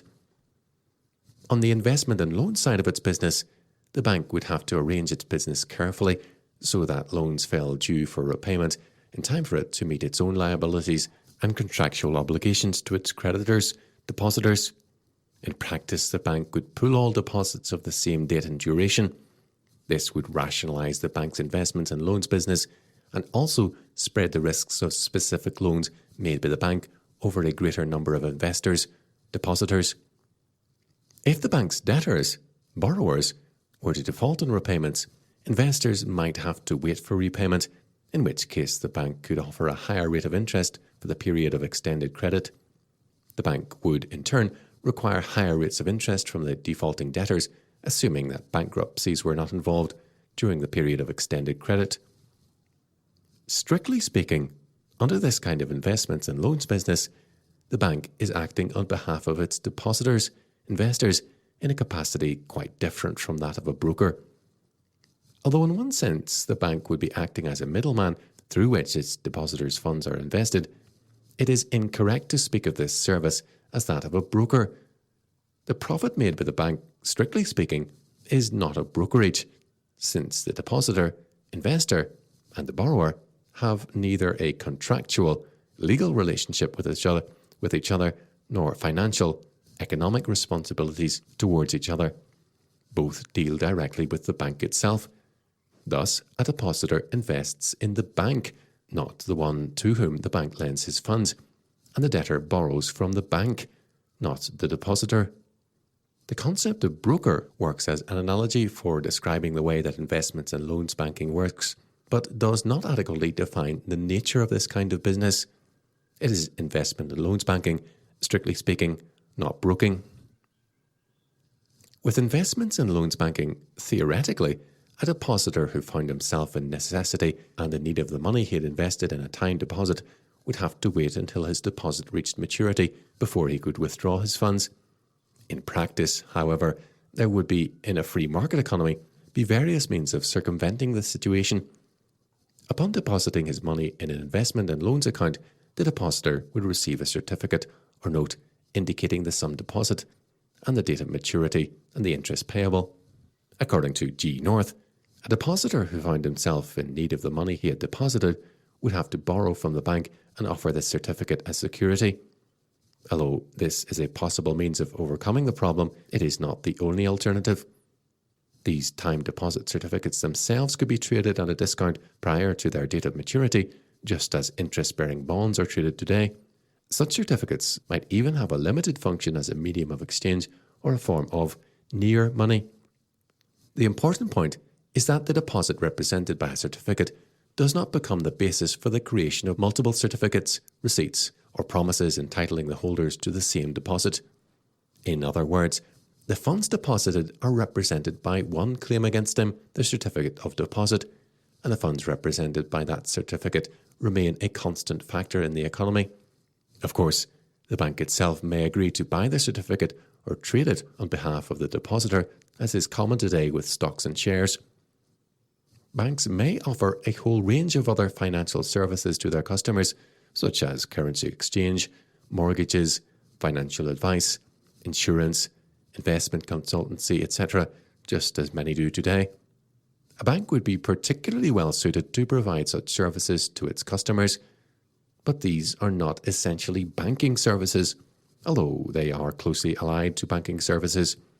Banks might also, under a banking system organized on Christian principles, provide services for minting of coin or issue of its own denominations of coin. C. Regulation and policing of the banking system. In a banking system operating under the reforms outlined above, any reduction of a bank's reserves through the loaning out of funds accumulated in demand deposits or the issuing of multiple claims on the same deposit, fiduciary media, would be strictly illegal and punishable as fraud. The opportunity to practice such fraud would remain, however, and we must assume that in a fallen world there will be those who will exploit that opportunity. This brings us to the question of regulation and policing of banks and the punishment of banking fraud. As with public and limited companies of other kinds today, banks would be expected to keep strict records and accounts, have regular audits carried out, and make the results of these available for public inspection. Any irregularities involving banking fraud that are discovered would render the bank subject to prosecution. However, the criterion for prosecuting a bank under a 100% reserve law should not be failure to meet actual liabilities when called upon to do so, which would, for instance, be discovered by a run on the bank. Rather, the criterion should be whether the bank is, or has been, at any time insolvent due to the unauthorized loaning of funds in demand deposits or the issue of fiduciary media, regardless of whether the bank has, in fact, failed to honour its liabilities on any particular occasion. That a bank, having been through such a period of insolvency without being detected, is subsequently able to meet its liabilities and redeem all claims against it, should be no guarantee against prosecution for having reduced its reserves and issued fiduciary media during the period of insolvency, should this later come to light. The fact that the bank was eventually able to meet its liabilities does not alter the fact that a fraud has been committed, with the consequent unauthorized redistribution of wealth from the bank's creditors to its debtors and to its own shareholders. To establish as the criterion for prosecution the actual failure of the bank to redeem its liabilities when called upon to do so, rather than its having abandoned at any time the 100% reserve requirement established in law, would be essentially to prosecute the bank not for fraud, but for the failure to get away with fraud. It is for this reason, therefore, that the banks must keep meticulous records and accounts, hold regular audits, and make them available for public inspection. Failure to do this would automatically cast suspicion on the bank in question. This point is important since, amongst the proponents of free banking, there are those who would not require 100% reserves by law and would leave regulation of the banking system entirely to the free market, that is to say, to the bank's ability to manage their affairs so that they can meet their liabilities when required to do so by their creditors. Under such a system, banks would be free to pursue fractional reserve practices provided they did not become so insolvent that they could not withstand a run on their reserves, and prosecution would follow only when a bank failed to honour its notes.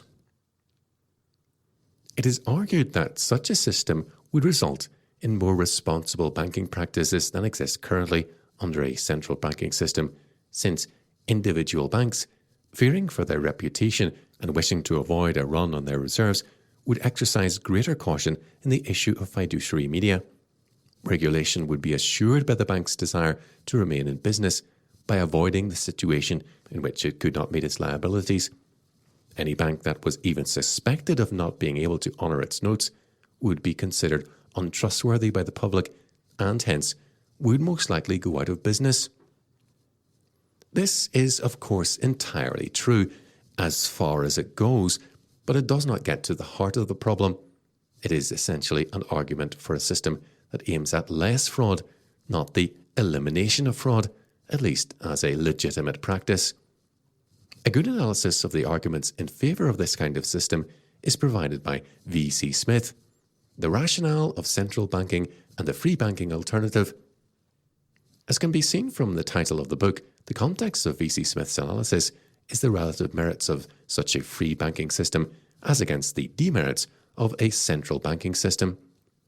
The argument set forth for free banking is essentially a libertarian, pragmatic argument, not a moral argument.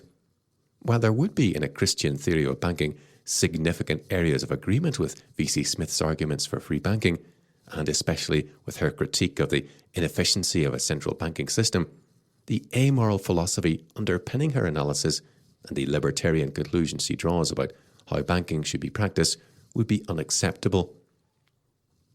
It is important to note that it is the very lack of a moral foundation for the free banking argument as V.C. Smith presents it, and indeed in the whole libertarian argument for free banking, that ultimately is the Achilles heel of a banking system as conceived by the free banking school.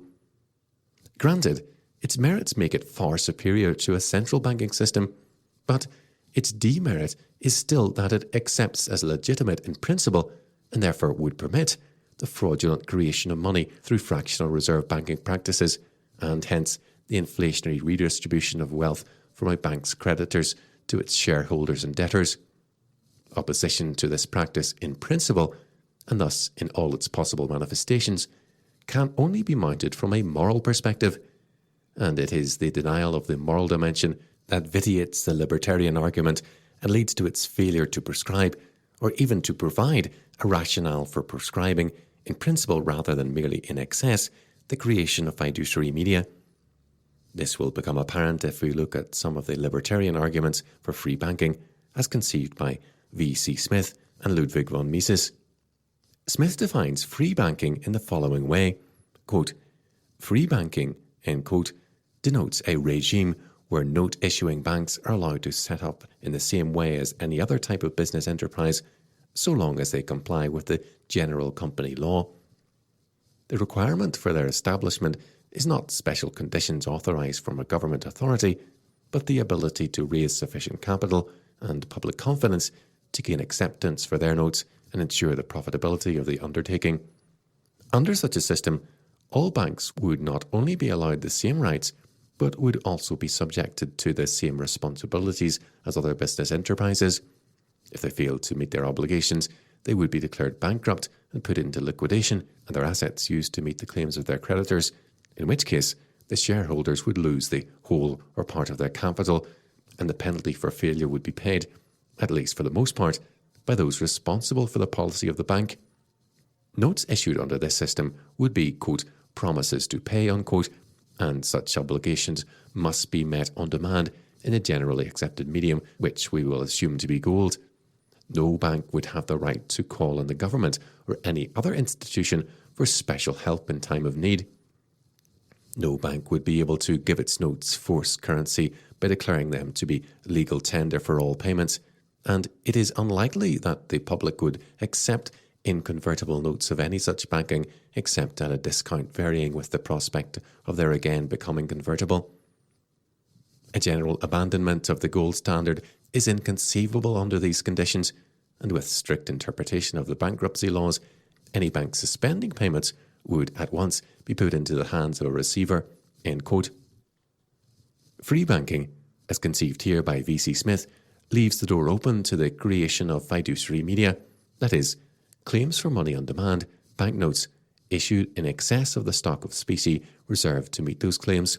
Smith goes on to rehearse the arguments in favour of this kind of free banking system, a system in which fiduciary media is issued in moderation rather than in excess.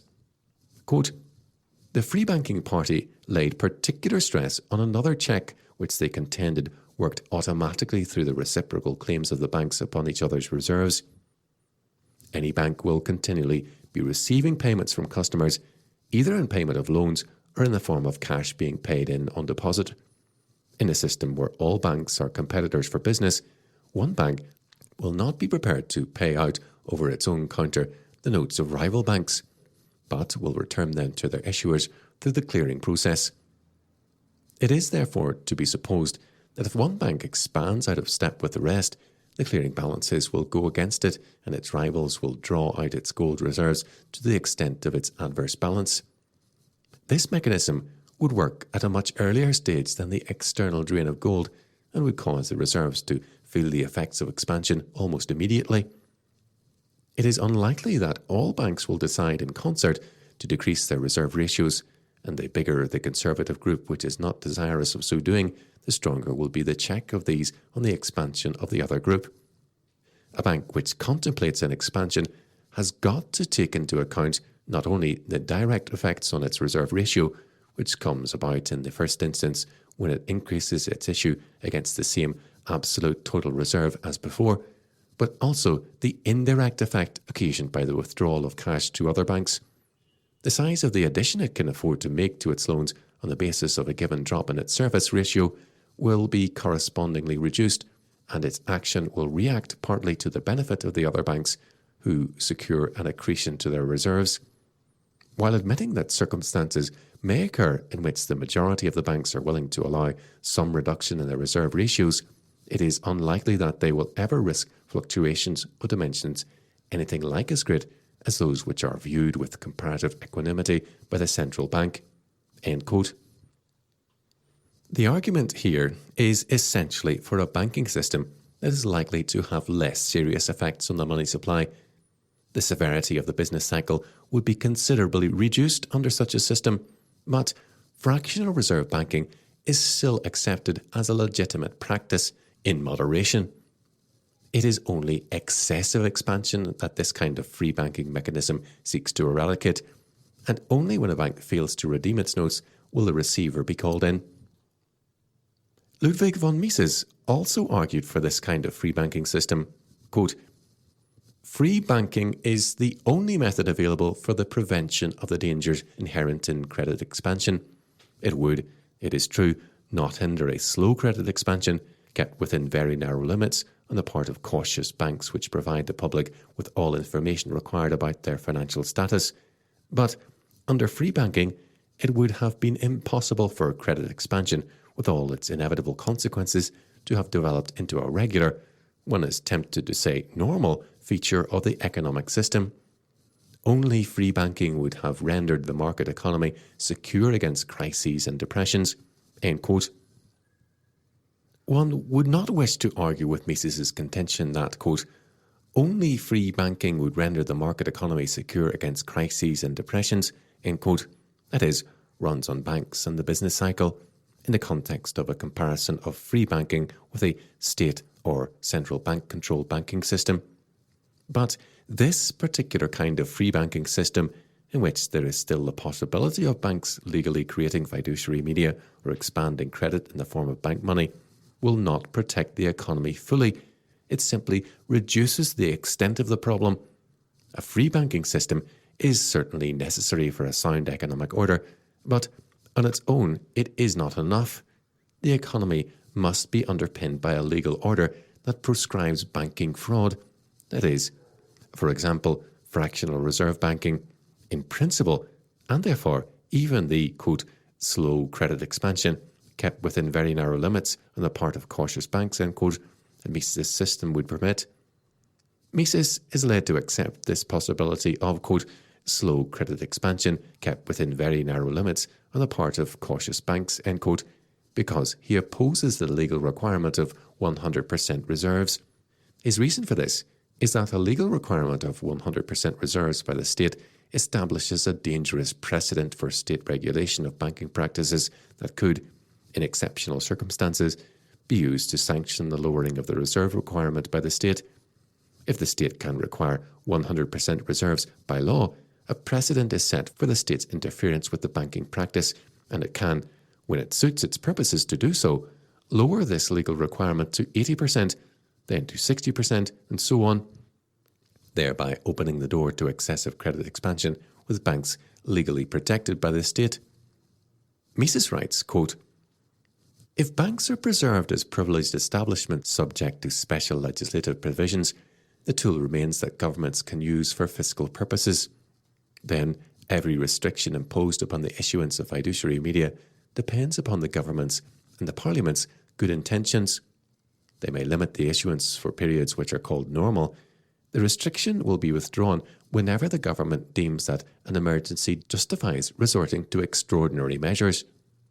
If an administration and the party backing it want to increase expenditure without jeopardizing their popularity through the imposition of higher taxes, they will always be ready to call their impasse an emergency. Recourse to the printing press and to the obsequiousness of bank managers willing to oblige the authorities regulating their conduct of affairs is the foremost means of governments eager to spend money for which the taxpayers are not ready to pay higher taxes. End quote. One can readily appreciate Mises' fears. He has drawn attention to a danger inherent in attributing too much power to the state. However, it is here that the libertarian argument goes astray. There is a legitimate role for the state, and it is not to be established in terms of pragmatism, but in terms of morality. The state is a ministry of public justice. It is precisely to issues such as fraud that the state has respect. Mises' conclusion that the state cannot be trusted is not valid if the role of the state is restricted to that of a ministry of public justice and the requirement of 100% reserves based on a moral argument, namely the necessity of prescribing fraud, a transgression of the Eighth Commandment, which is always and under any conditions an injustice and a legitimate area for state intervention. But it is precisely the moral dimension that Mises drains out of his analysis. Hence, we are left with the alternatives of either the totalitarian state exercising power without moral authority, or the banks, equally without moral authority, practicing fraud in moderation. Mises chooses the latter, as I should if I had only those options. But these are not the only options available. The state has a legitimate role to play as a ministry of public justice, as a terror to those who practice evil, Romans 13:3 and 4. Its rationale is the moral argument for bringing to justice and punishing those who commit evil, not a pragmatic argument based on considerations of what is the greatest good for the greatest number, which in this case, that is, free banking, as conceived by V.C. Smith and Mises, involves the justification of a little evil, moderate credit expansion, committed by a few, the banks. We must conclude, therefore, that a 100% reserve should be established as a legal requirement by the state, and that all known infringements should be punished by the courts. Once a bank has created demand claims over and above its reserves, that is, once it issues fiduciary media, it is insolvent, though the public may be unaware of this. Irrespective of whether the bank subsequently restores its reserve ratio to 100% and is able to meet its liabilities, the period of insolvency constitutes an inflationary fraud in which wealth is redistributed from the bank's creditors to its shareholders and debtors.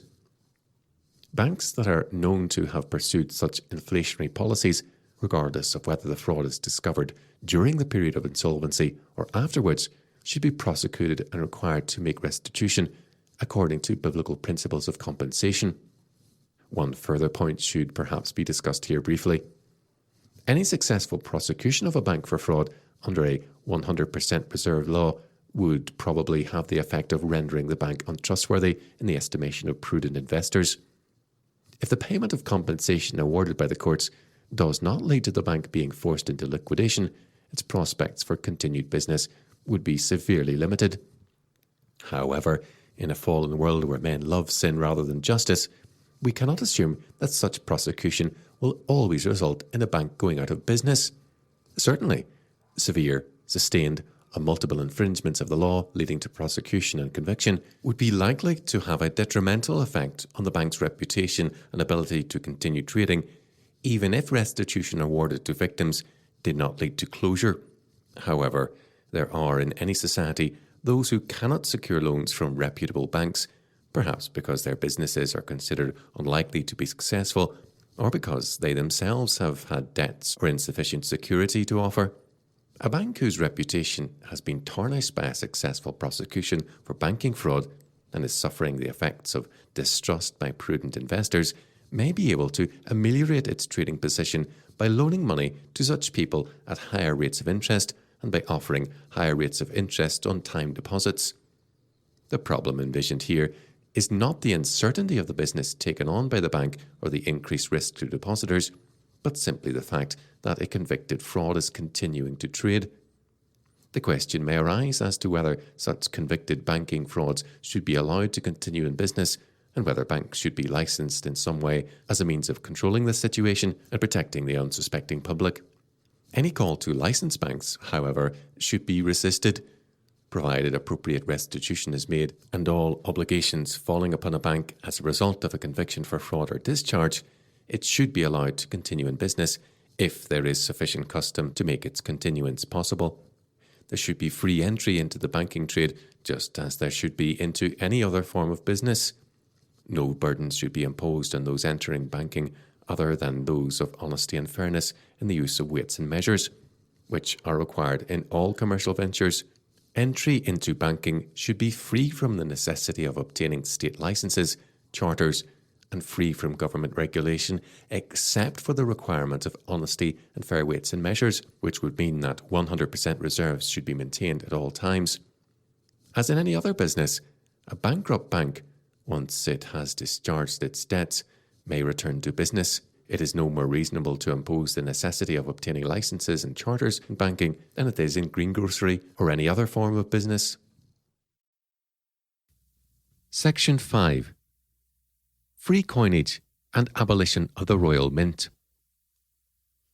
Along with abolition of the central bank and the cessation of the printing of fiat paper money by the government or its agencies, it will be necessary to end all government control on coinage. This means that it would no longer be the responsibility of the government to issue coin in any form. The government mint should therefore be closed.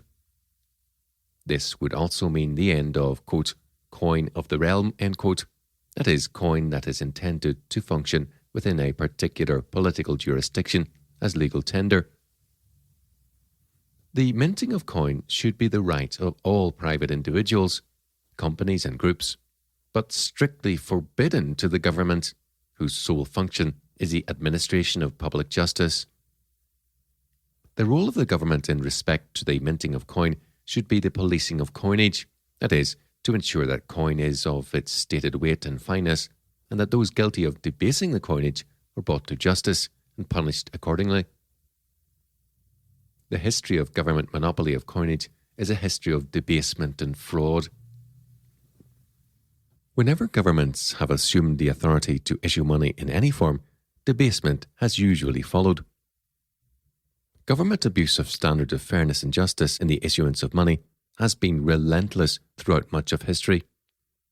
As soon as difficulties arise, governments attempt to resolve their problems by granting themselves special powers under which they can legally, though never morally, debase the currency and force people to use this debased currency by passing legal tender laws.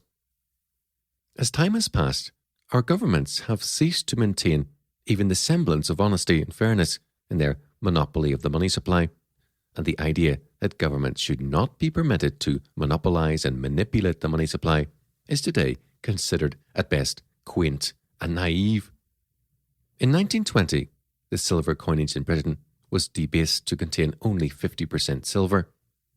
The last coins to be issued with a content of 92.5% silver were struck between 1911 and 1918 and 1919.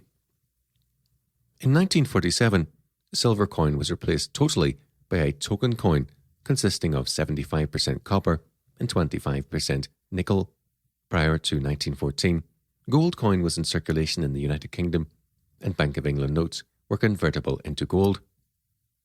The political tension caused by the assassination of Archduke Franz Ferdinand of Austria in June 1914 led to a run on the British pound, and the Bank of England reserves fell significantly. As a result, the Bank Charter Act of 1844, which limited the amount of fiduciary media that the Bank of England was permitted to issue, was suspended, and the Currency and Banknotes Act was passed, authorising the government to issue fiat currency in £1 and 10 shillings notes. A paper currency of 2.5 million £1 Treasury notes, known as Bradburys, since they bore the signature of John Bradbury, Chief Clerk to the Treasury, was issued by the government.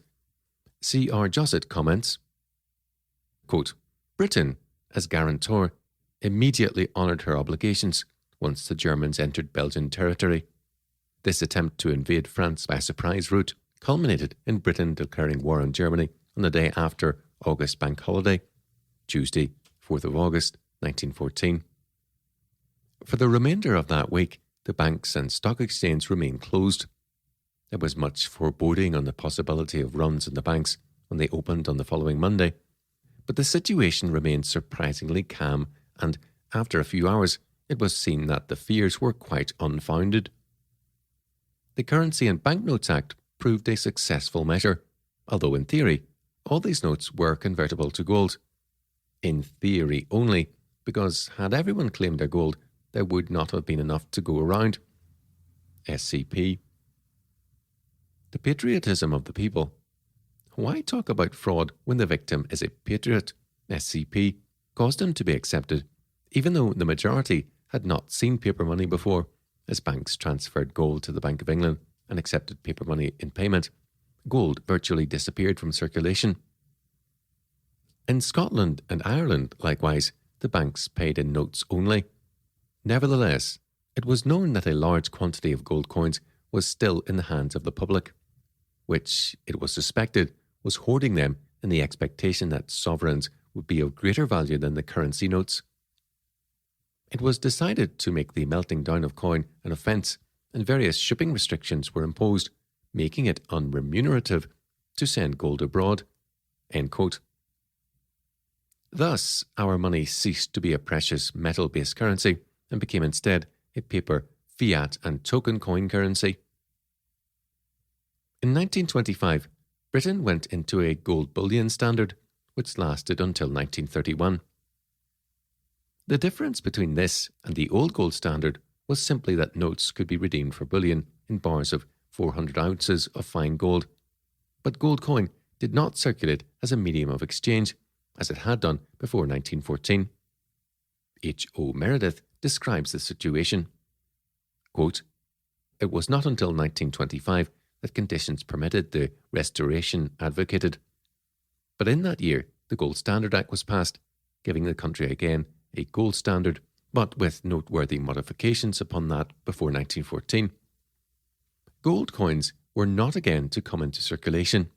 The actual currency was to remain entirely token, the sovereigns and half-sovereigns being replaced by the Treasury pound and 10-shilling notes. It was contemplated that later, as usually came to pass in 1928, the whole of the fiduciary media would be handed over to the Bank of England, which would issue new pound and 10-shilling notes. But there was a free market for gold, so that there could be no divergence in purchasing power between the paper and the gold it purported to represent. Under the Act, the metal could be taken to the Bank of England where the gold was bought at a fixed price per ounce, slightly below its parity with the sovereign, and the Bank of England was bound to sell gold at a fixed price for legal tender money, that is to say, for banknotes. This price, £3 17 shillings, 10.5d per ounce of standard gold, was exactly that of the mint price of gold. There was parity between the pound and the 113 grains of fine gold that would have made a sovereign. But this gold was sold only in bars containing approximately 400 ounces of fine gold. The gold, therefore, could hardly come into circulation, and we could describe that situation as that of a gold bullion standard. In 1931, a severe run on the Bank of England led to the abandonment of the gold bullion standard. The Bank of England lost around 32 million in a few weeks. Parliament therefore passed a bill releasing the Bank of England from its obligation to sell gold. Had government pursued its proper function, that is, the administration of public justice, which in respect to currency means the duty to prosecute those who use unjust weights and measures or who debase the currency, our currency today would still consist of precious metal or notes fully redeemable in specie. Once government has gained a monopoly control over the currency, however, the temptation to use this monopoly for the government's own ends usually proves irresistible. It is vital for the development of a stable monetary system, therefore, that the minting of coin, as well as the issue of paper currency, be taken out of the hands of the state altogether, and the role of the state in monetary affairs limited to the administration of public justice. That is, the duty to ensure that fair weights and measures prevail in the minting of coin, and that fraud is punished. The law as it stands today with regards to the minting of coin does not permit private individuals or private mints to issue coin intended to function as money. The Coinage Act 1971 states, quote, "No piece of gold, silver, copper or bronze, or of any metal or mixed metal of any value whatever, shall be made or issued except by or with the authority of the mint as a coin or a token for money, or as purporting that the holder thereof is entitled to demand any value denoted thereon." End quote. Those who contravene this section of the Act are, quote, "liable on summary conviction to a fine not exceeding £20." End quote. The Act also forbids the melting down or break-up of any coin that is current in the United Kingdom or, quote, "having been current, has at any time after the 16th of May 1969 ceased to be so." End quote. The penalty cited for doing so is a fine of up to £400 or 2 years' imprisonment, or both. Both aspects of this law, the outlawing of free coinage and the prohibition on the melting down or break-up of coin of the realm, constitute a fundamental denial of the individual's freedom over his own property.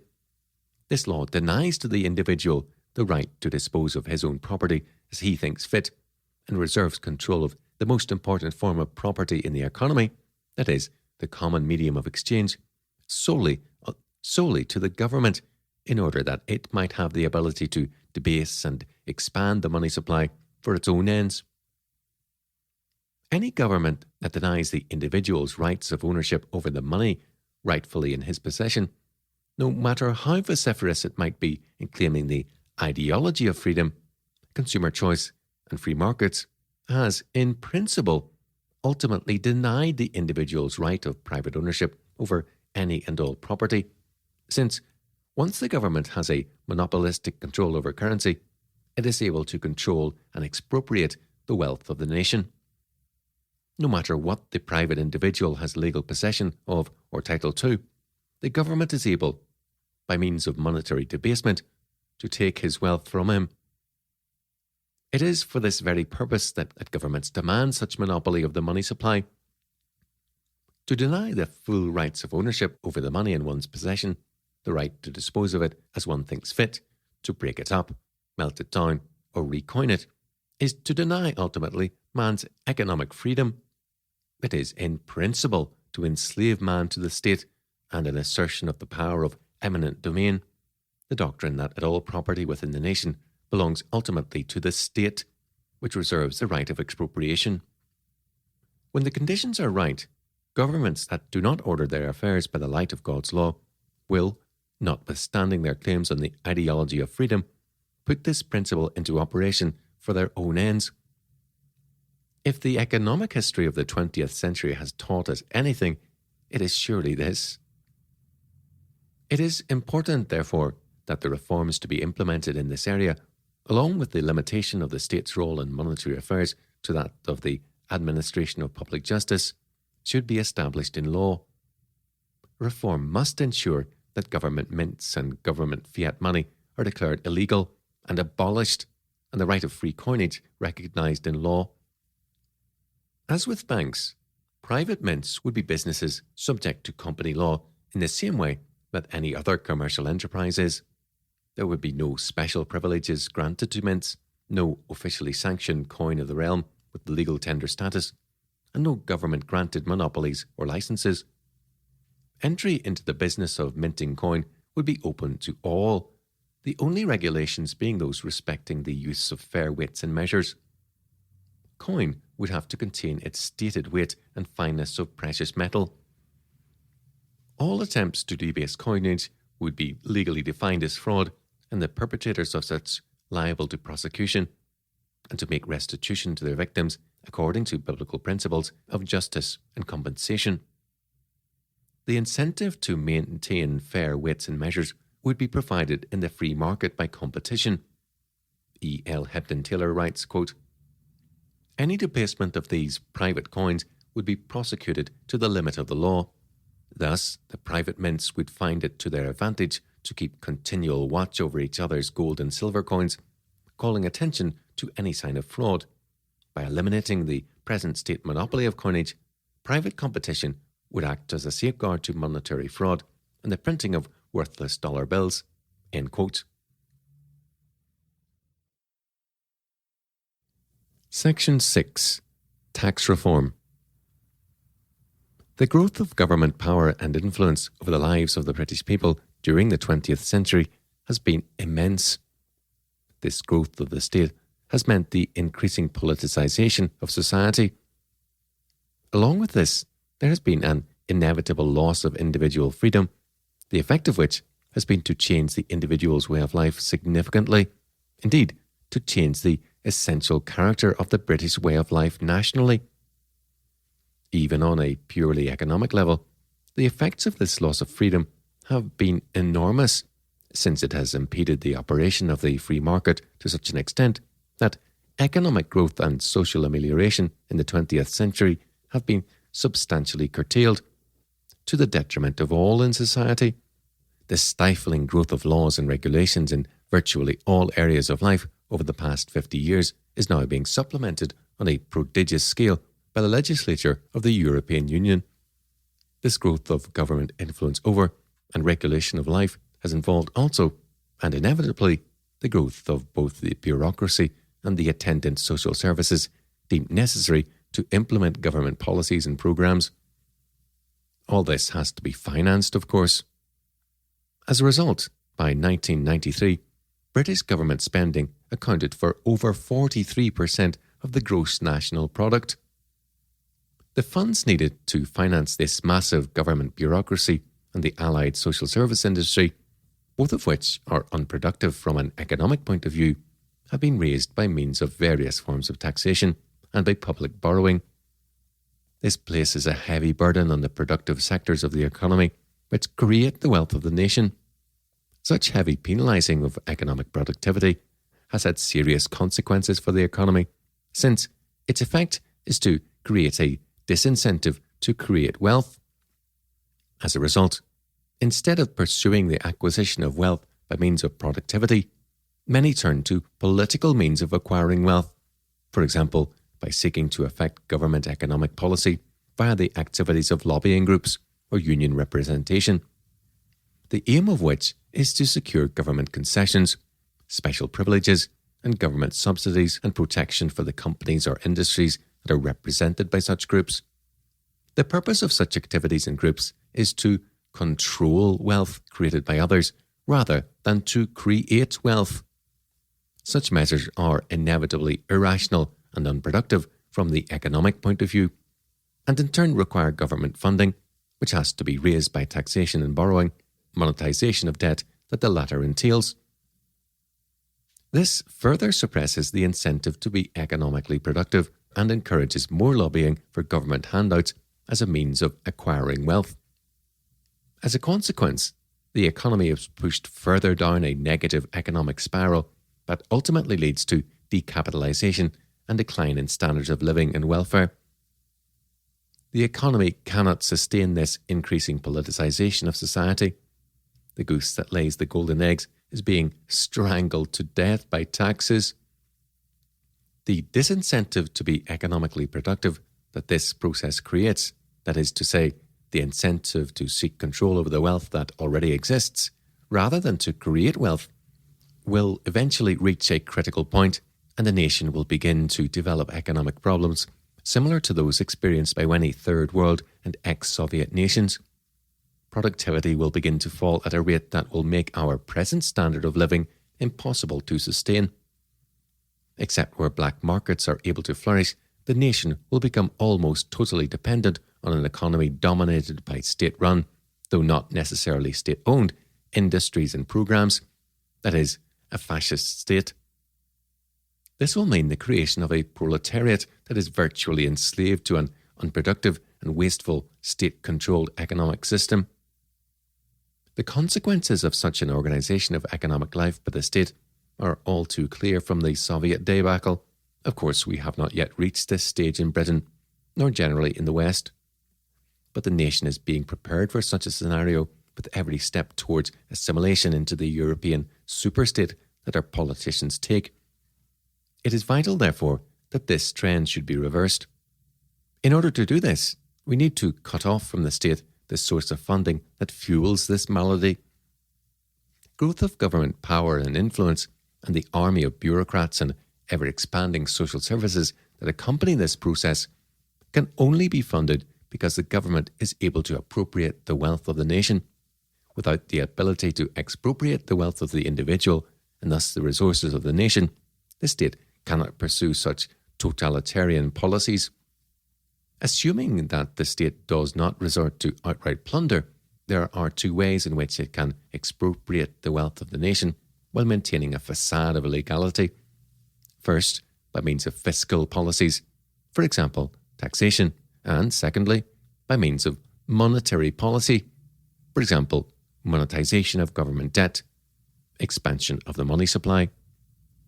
The latter, as we have seen, is both immoral and extremely damaging in its effects on the economy.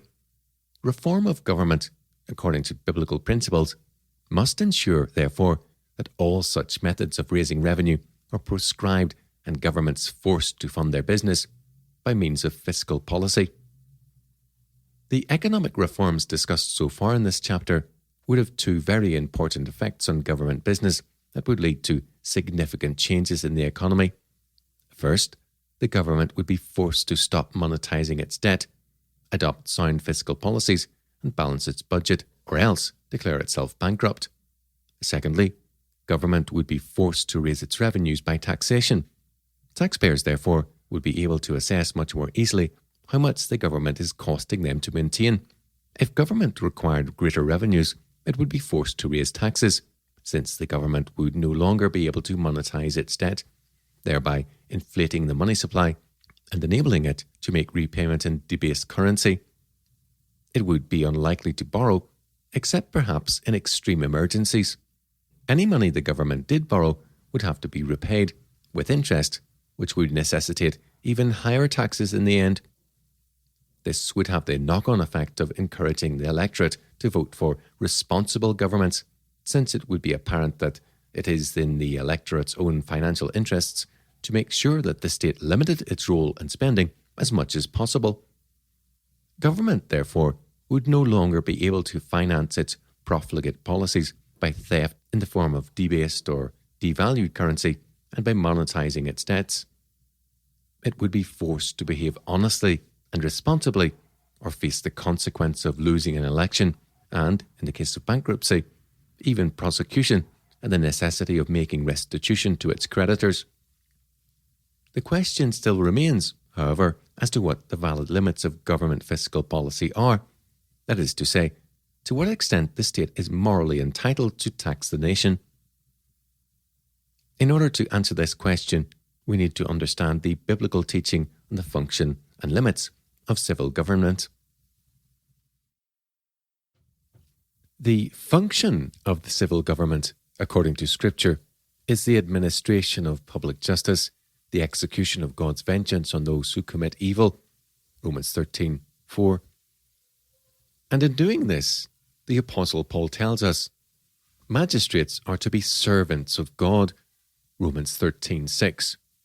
Thus, the function of the magistrate is to see that crime, as defined by God's law, is punished, the innocent protected, and law and order preserved in society.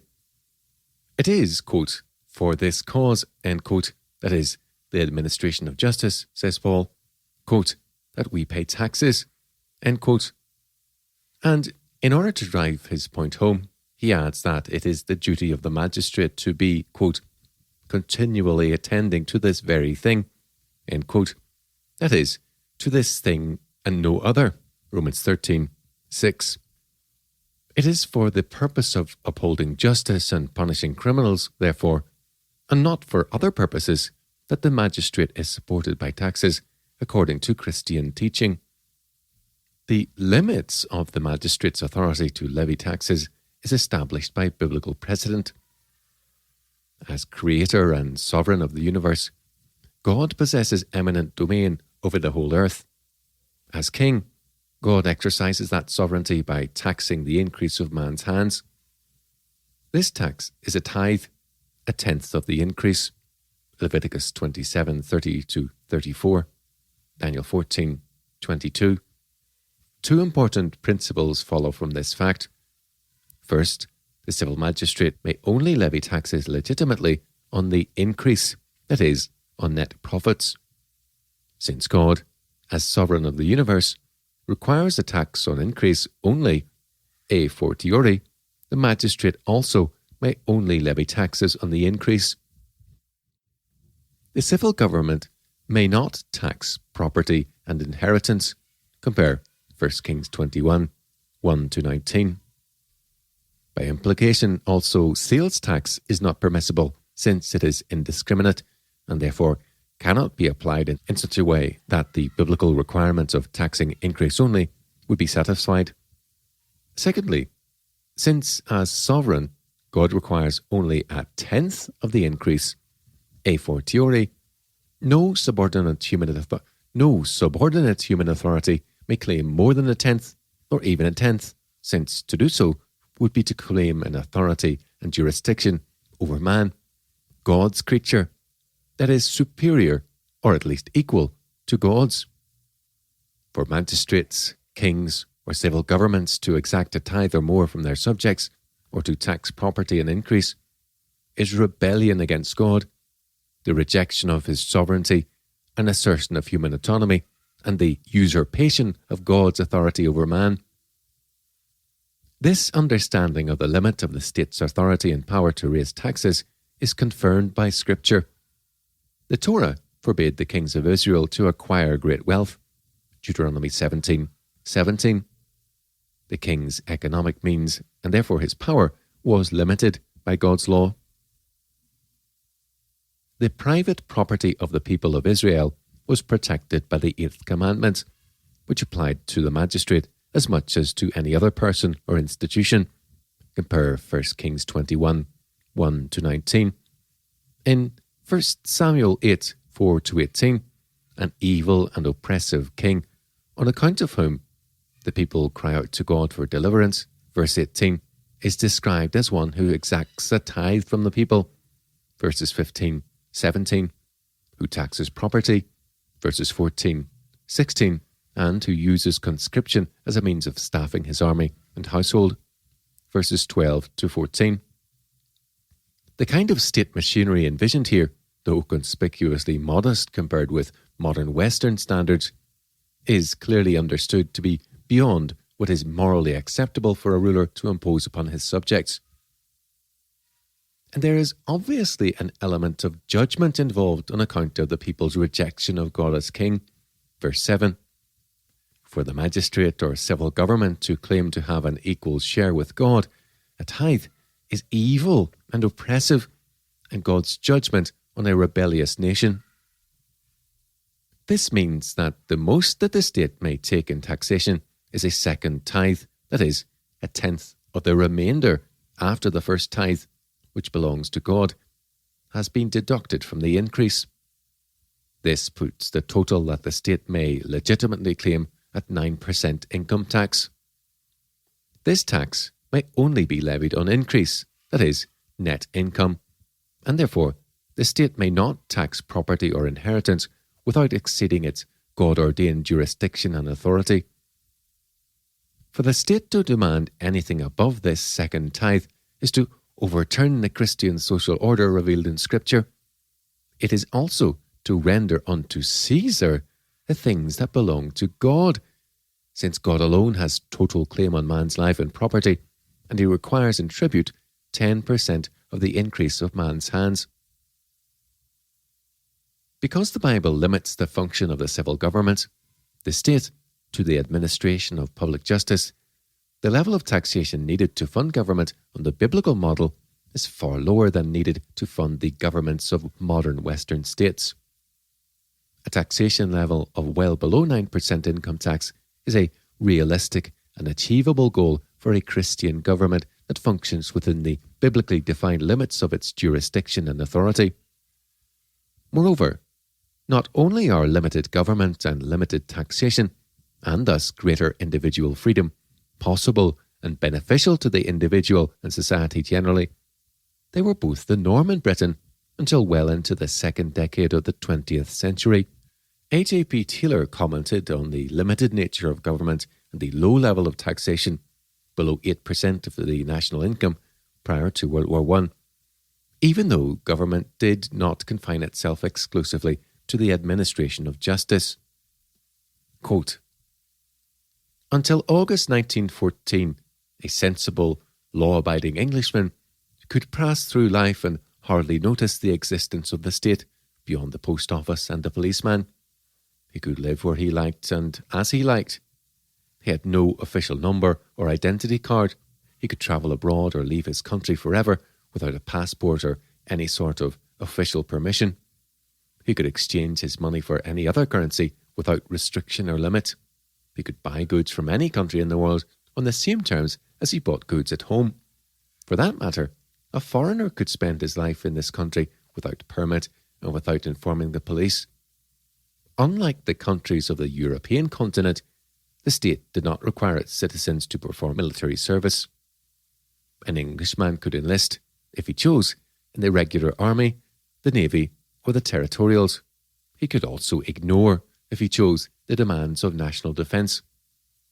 Substantial householders were occasionally called on for jury service. Otherwise, only those helped the state who wished to do so. The Englishman paid taxes on a modest scale, nearly £200 million in 1913 to 1914, or rather less than 8% of the national income. The state intervened to prevent the citizen from eating adulterated food or contracting infectious diseases. It imposed safety rules in factories and prevented women and adult males in some industries from working excessive hours. The state saw to it that children received education up to the age of 13.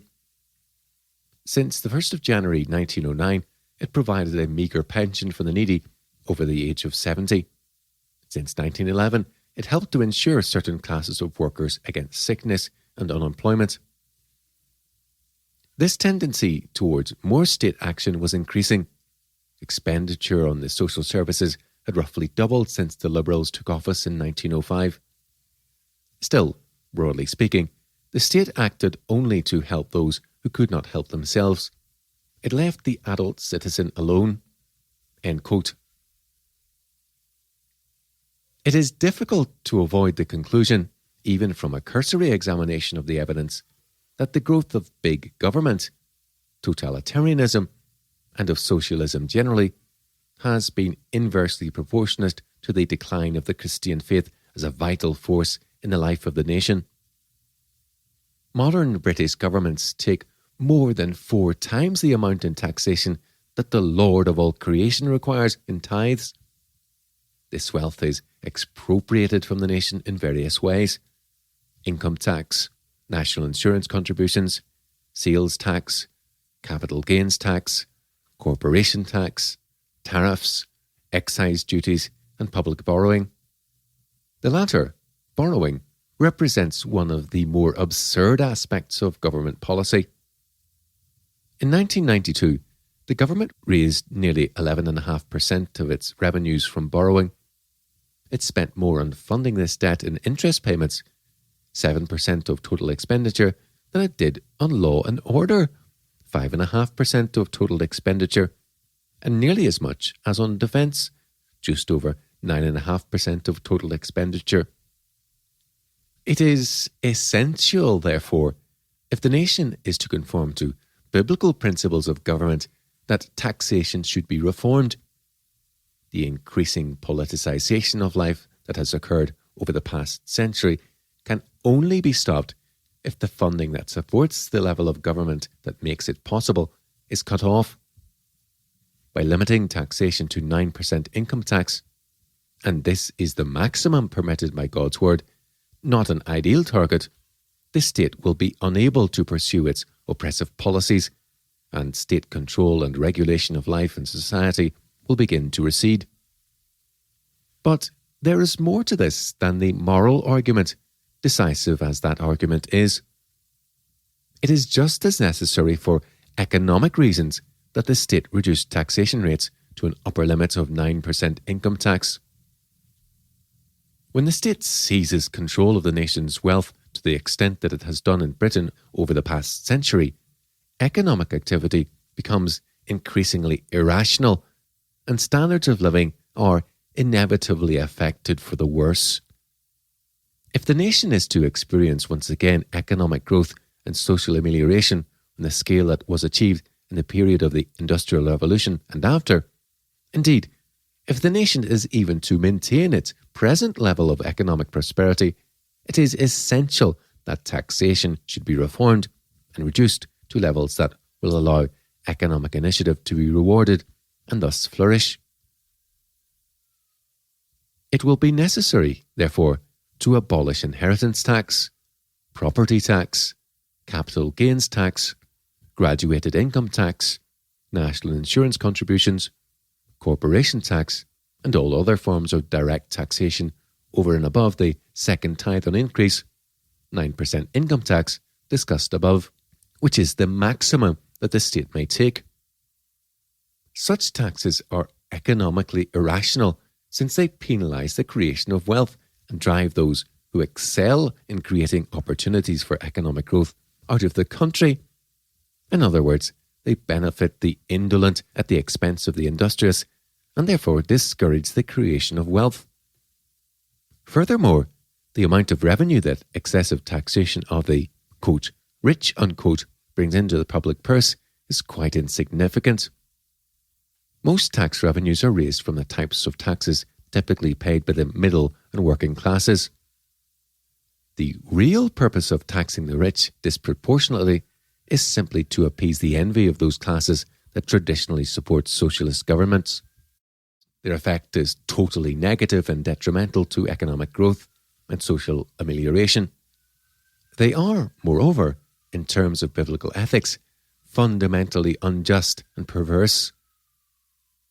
It is equally necessary for economic and moral reasons that all forms of indirect taxation should be abolished. These reforms must also embrace all forms of local taxation. Local taxes should be limited to raising sufficient revenue to fund the administration of public justice. Public utilities should be privatised or turned into public trusts. As stated above, overall taxation, including local taxes, should not exceed the value of a second tithe on increase, that is, 9% of income tax. As we have seen, this is because God, who has a prior claim on man's life and wealth, demands only a tithe, 10% of increase. For the state to claim as much or more is an attempt to usurp God's sovereignty over man, society, and the nation. Tax reforms on the scale envisioned here would have significant effects on many groups and individuals presently in the employment of government agencies or in receipt of government subsidies and welfare. The end aimed at, however, would be advantageous for all in society, even for the deliberate welfare scrounger, since it would force him to work for a living, thereby giving him a more useful and meaningful existence. The result would be a more productive economy and higher standards of living across the whole of society. However, this is not to deny that were changes on this scale to be introduced too suddenly, they would create a considerable amount of disruption and difficulty for many. It is important, therefore, that such reforms should be introduced gradually into the economy, and alternative institutions and welfare organisations, for example, churches and charities, encouraged to step in and provide essential welfare services for those genuinely deserving of such, and who presently rely on state welfare.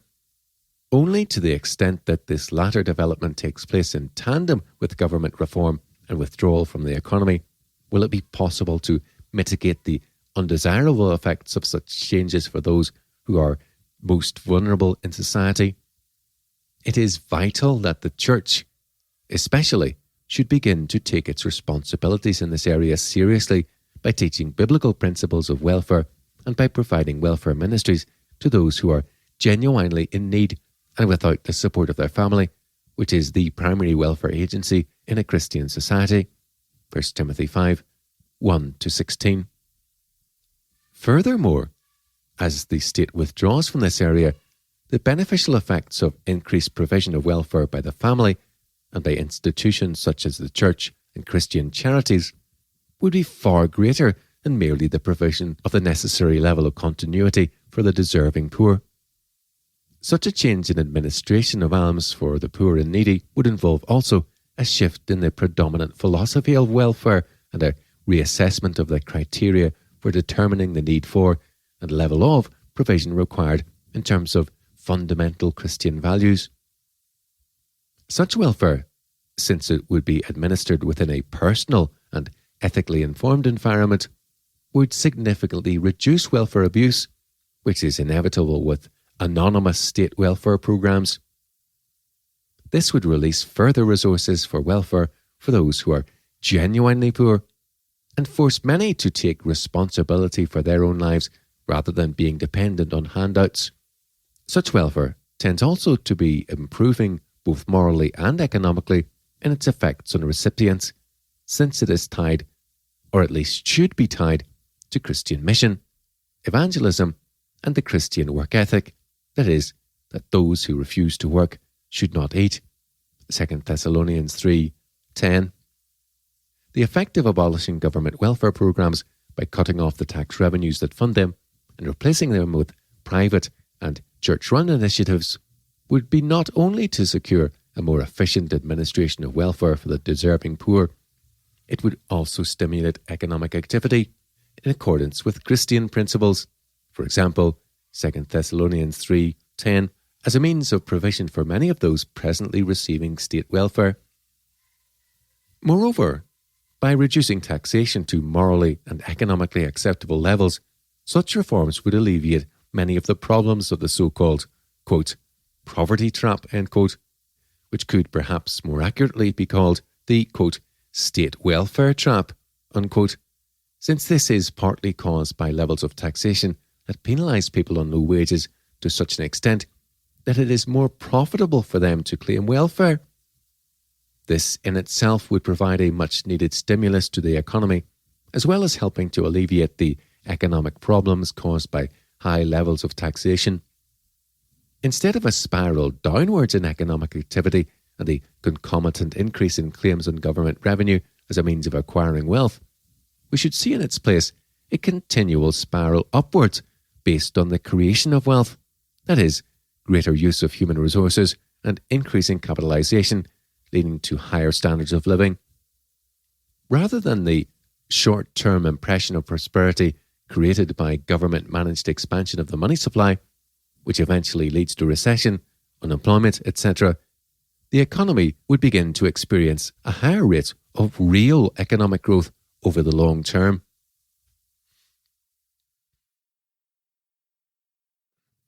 Section 7.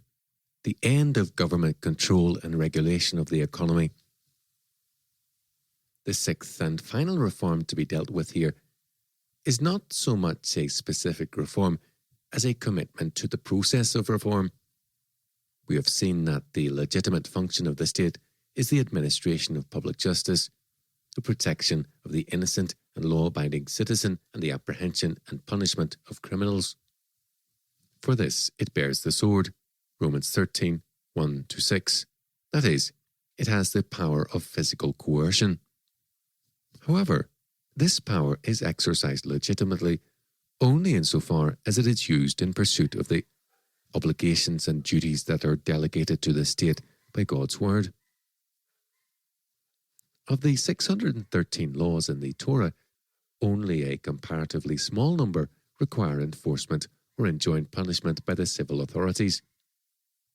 And in none of these do the civil authorities act as an agency of welfare, education, art, commerce, etc. The role of the civil government is one of administering justice. For the state to enter into these areas of welfare, education, and commerce with the power of the sword and enforce state-run programs funded by taxes is to overturn the social order revealed in God's word and the law that God has given to govern and protect that order. When government exceeds the bounds of and limitations on its authority as established in God's word, it ceases to act with divine approbation and authority. Furthermore, if the civil government is to administer public justice properly, fairly, and effectively, it must be impartial to its deliberations and judgments. That is to say, it must be a disinterested party.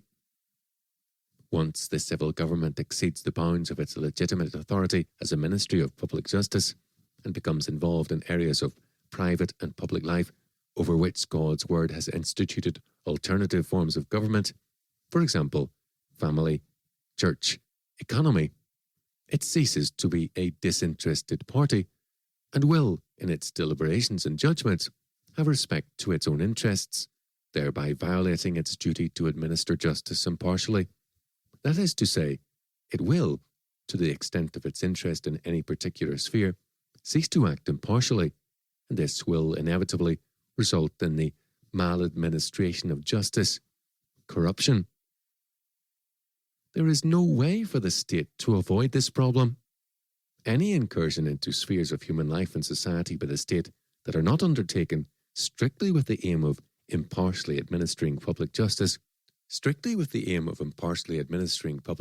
between third parties will adversely affect the state's ability to administer justice in those areas. This is so with regard to the economy as much as any other sphere of life. As an example of the kind of problems that are created by the state's illegitimate interference in spheres outside its own jurisdiction as a ministry of public justice, we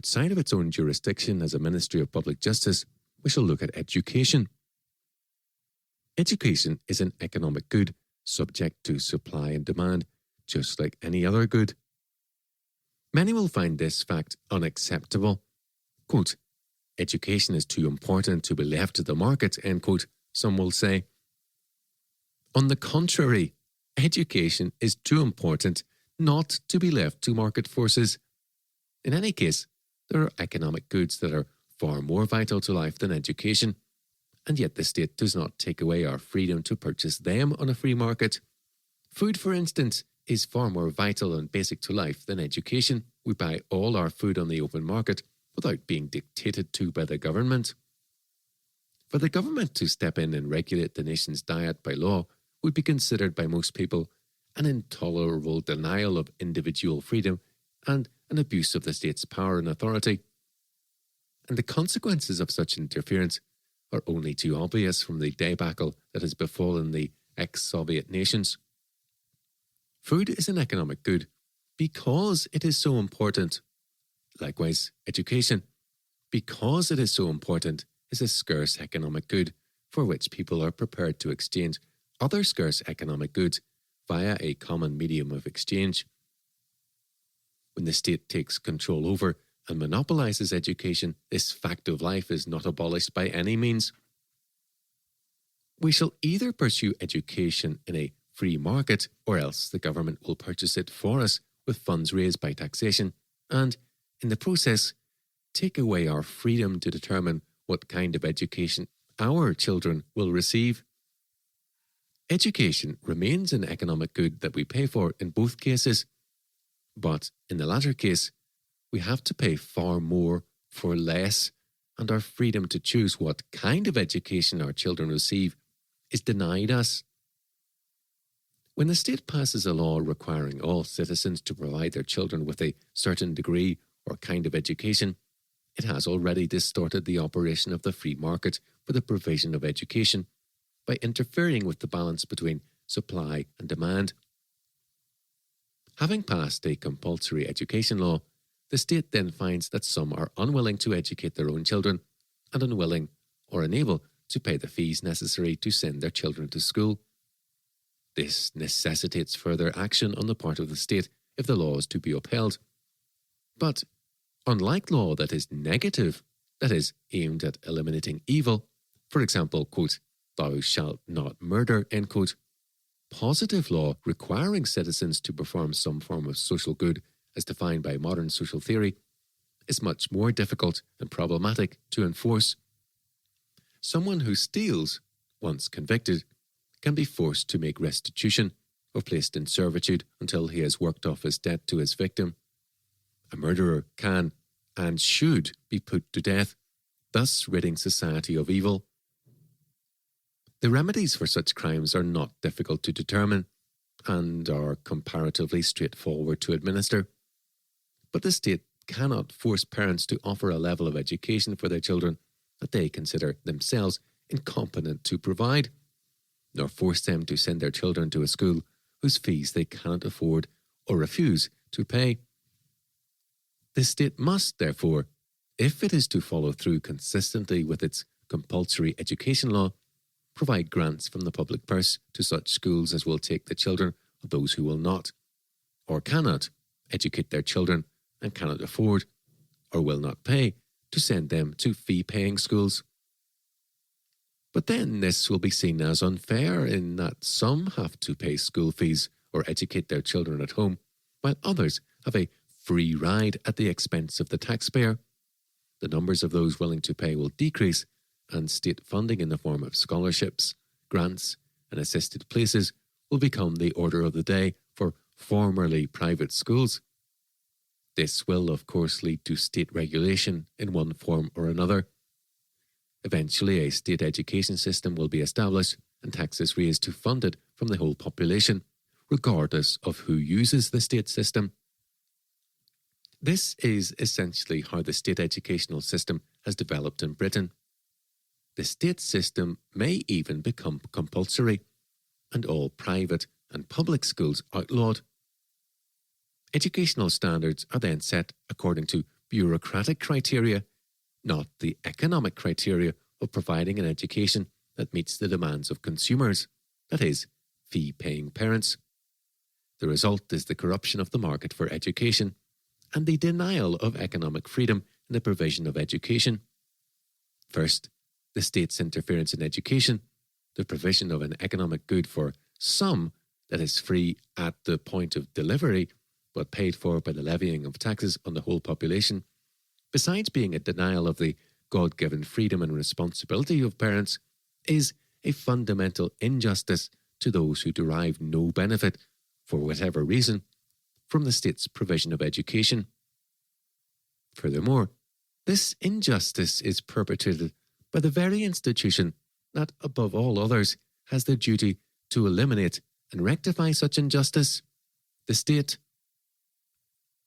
Second, the establishment of state schooling systems distorts the market for education to such a degree that it cannot function as a market at all at many levels. The provision of state education that is free at the point of delivery prices most of the state system's private competitors out of the market for those with average and low incomes.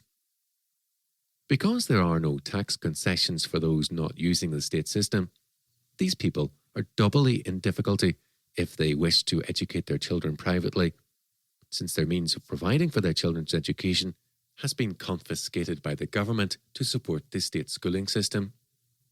Private schooling then becomes affordable only for the wealthier members of society. Third, another aspect of this distortion of the market for education is that private schools and teachers who do not wish to work in the state system are forced out of the market, since they cannot offer their services free of charge as the state schools do. Teachers who would otherwise have provided a valuable service to the community in a free market for education are forced to seek employment in state schools, even though they may not agree with the ideology of state-funded and state-controlled education, nor with its philosophy of education, code of practices, and religious perspective.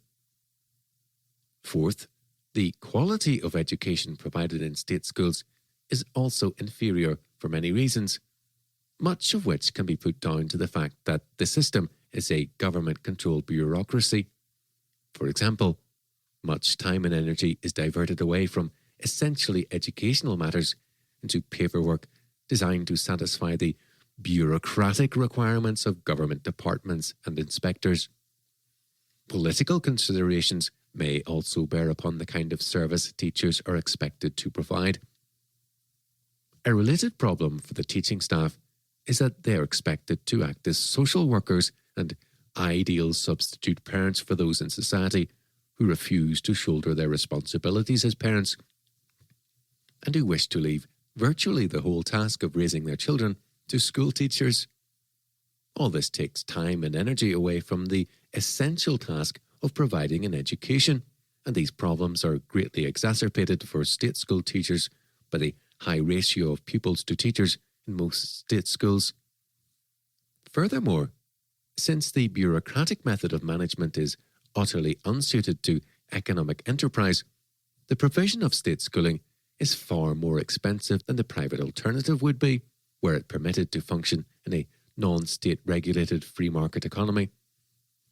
Although the population generally may be unaware of this, due to funding of the state system being raised by taxation, along with a host of other services provided by the state. The ever-growing bureaucratic tier of management has to be funded, and this makes the whole system vastly more expensive. The result is a poorer quality of education and dissatisfied parents. Instead of being educated, pupils are subjected to the latest educational theories and programs devised by the state bureaucrats and progressive educationalists, the main effect of which seems to be the steady growth of illiteracy in society and the continual downgrading of academic standards. It would be wrong to think that this situation necessarily represents a failure on the part of the teaching profession, as politicians would perhaps like us to believe. Rather, the problem is that the provision of education is not suited to bureaucratic government management and suffers from the irrationalities that such a system of administration inevitably enforces upon what is essentially an economic enterprise. In short, state education is uneconomic, wasteful, inefficient, and fails in large measure to deliver the product. The growth in recent decades of illiteracy in Western societies such as Britain and the United States, which have developed highly bureaucratized state education systems over the past century, is ample testimony to this fact. The same kinds of arguments are relative to the provision of other economic goods by the government, for example, healthcare, social services, works and utilities, welfare, etc. It is important, therefore, that the government should withdraw from all such involvement with the economy and restrict itself to the administration of public justice. It can only do this properly and effectively if it is disinterested and impartial in its relationships with the economy, and indeed with any other aspect of life in which it has the responsibility to administer justice. The privatization of nationalized industries begun during the 1980s should, therefore, be continued, rationalized, and extended to include areas such as education and welfare. The proceeds from the sale of nationalized industries should be used to reduce the national debt. In particular, privatisation should not take the form of turning a government-created and nationalised monopoly into a private monopoly, and care must be taken to ensure that, in the privatisation of nationalised industries, the creation of free market conditions and competition is prioritised. The public is not served, nor justice done, when a vast private monopoly simply replaces a public monopoly. Conditions must be created in which competition and free entry into previously government-controlled or unionised industries is possible. Only when the government has withdrawn from involvement in the economy will it be able to pursue impartially and fairly its own duties and obligations as a ministry of justice. Examples of injustices perpetrated by the government when it enters into spheres of life for which God has ordained alternative forms of government that are independent of the legitimate function of the state could be multiplied. The essential point is that government should be limited to the administration of public justice. When government fails to observe its legitimate boundaries, justice is the first casualty because the state ceases to be an impartial judge in its administration of justice. The usual term for this is corruption. The pursuit of justice in society by the civil government is too important to be compromised in this way, and therefore the process of reform set forth above must be pursued vigorously until the limits of government power and authority are reduced to that of the impartial administration of public justice.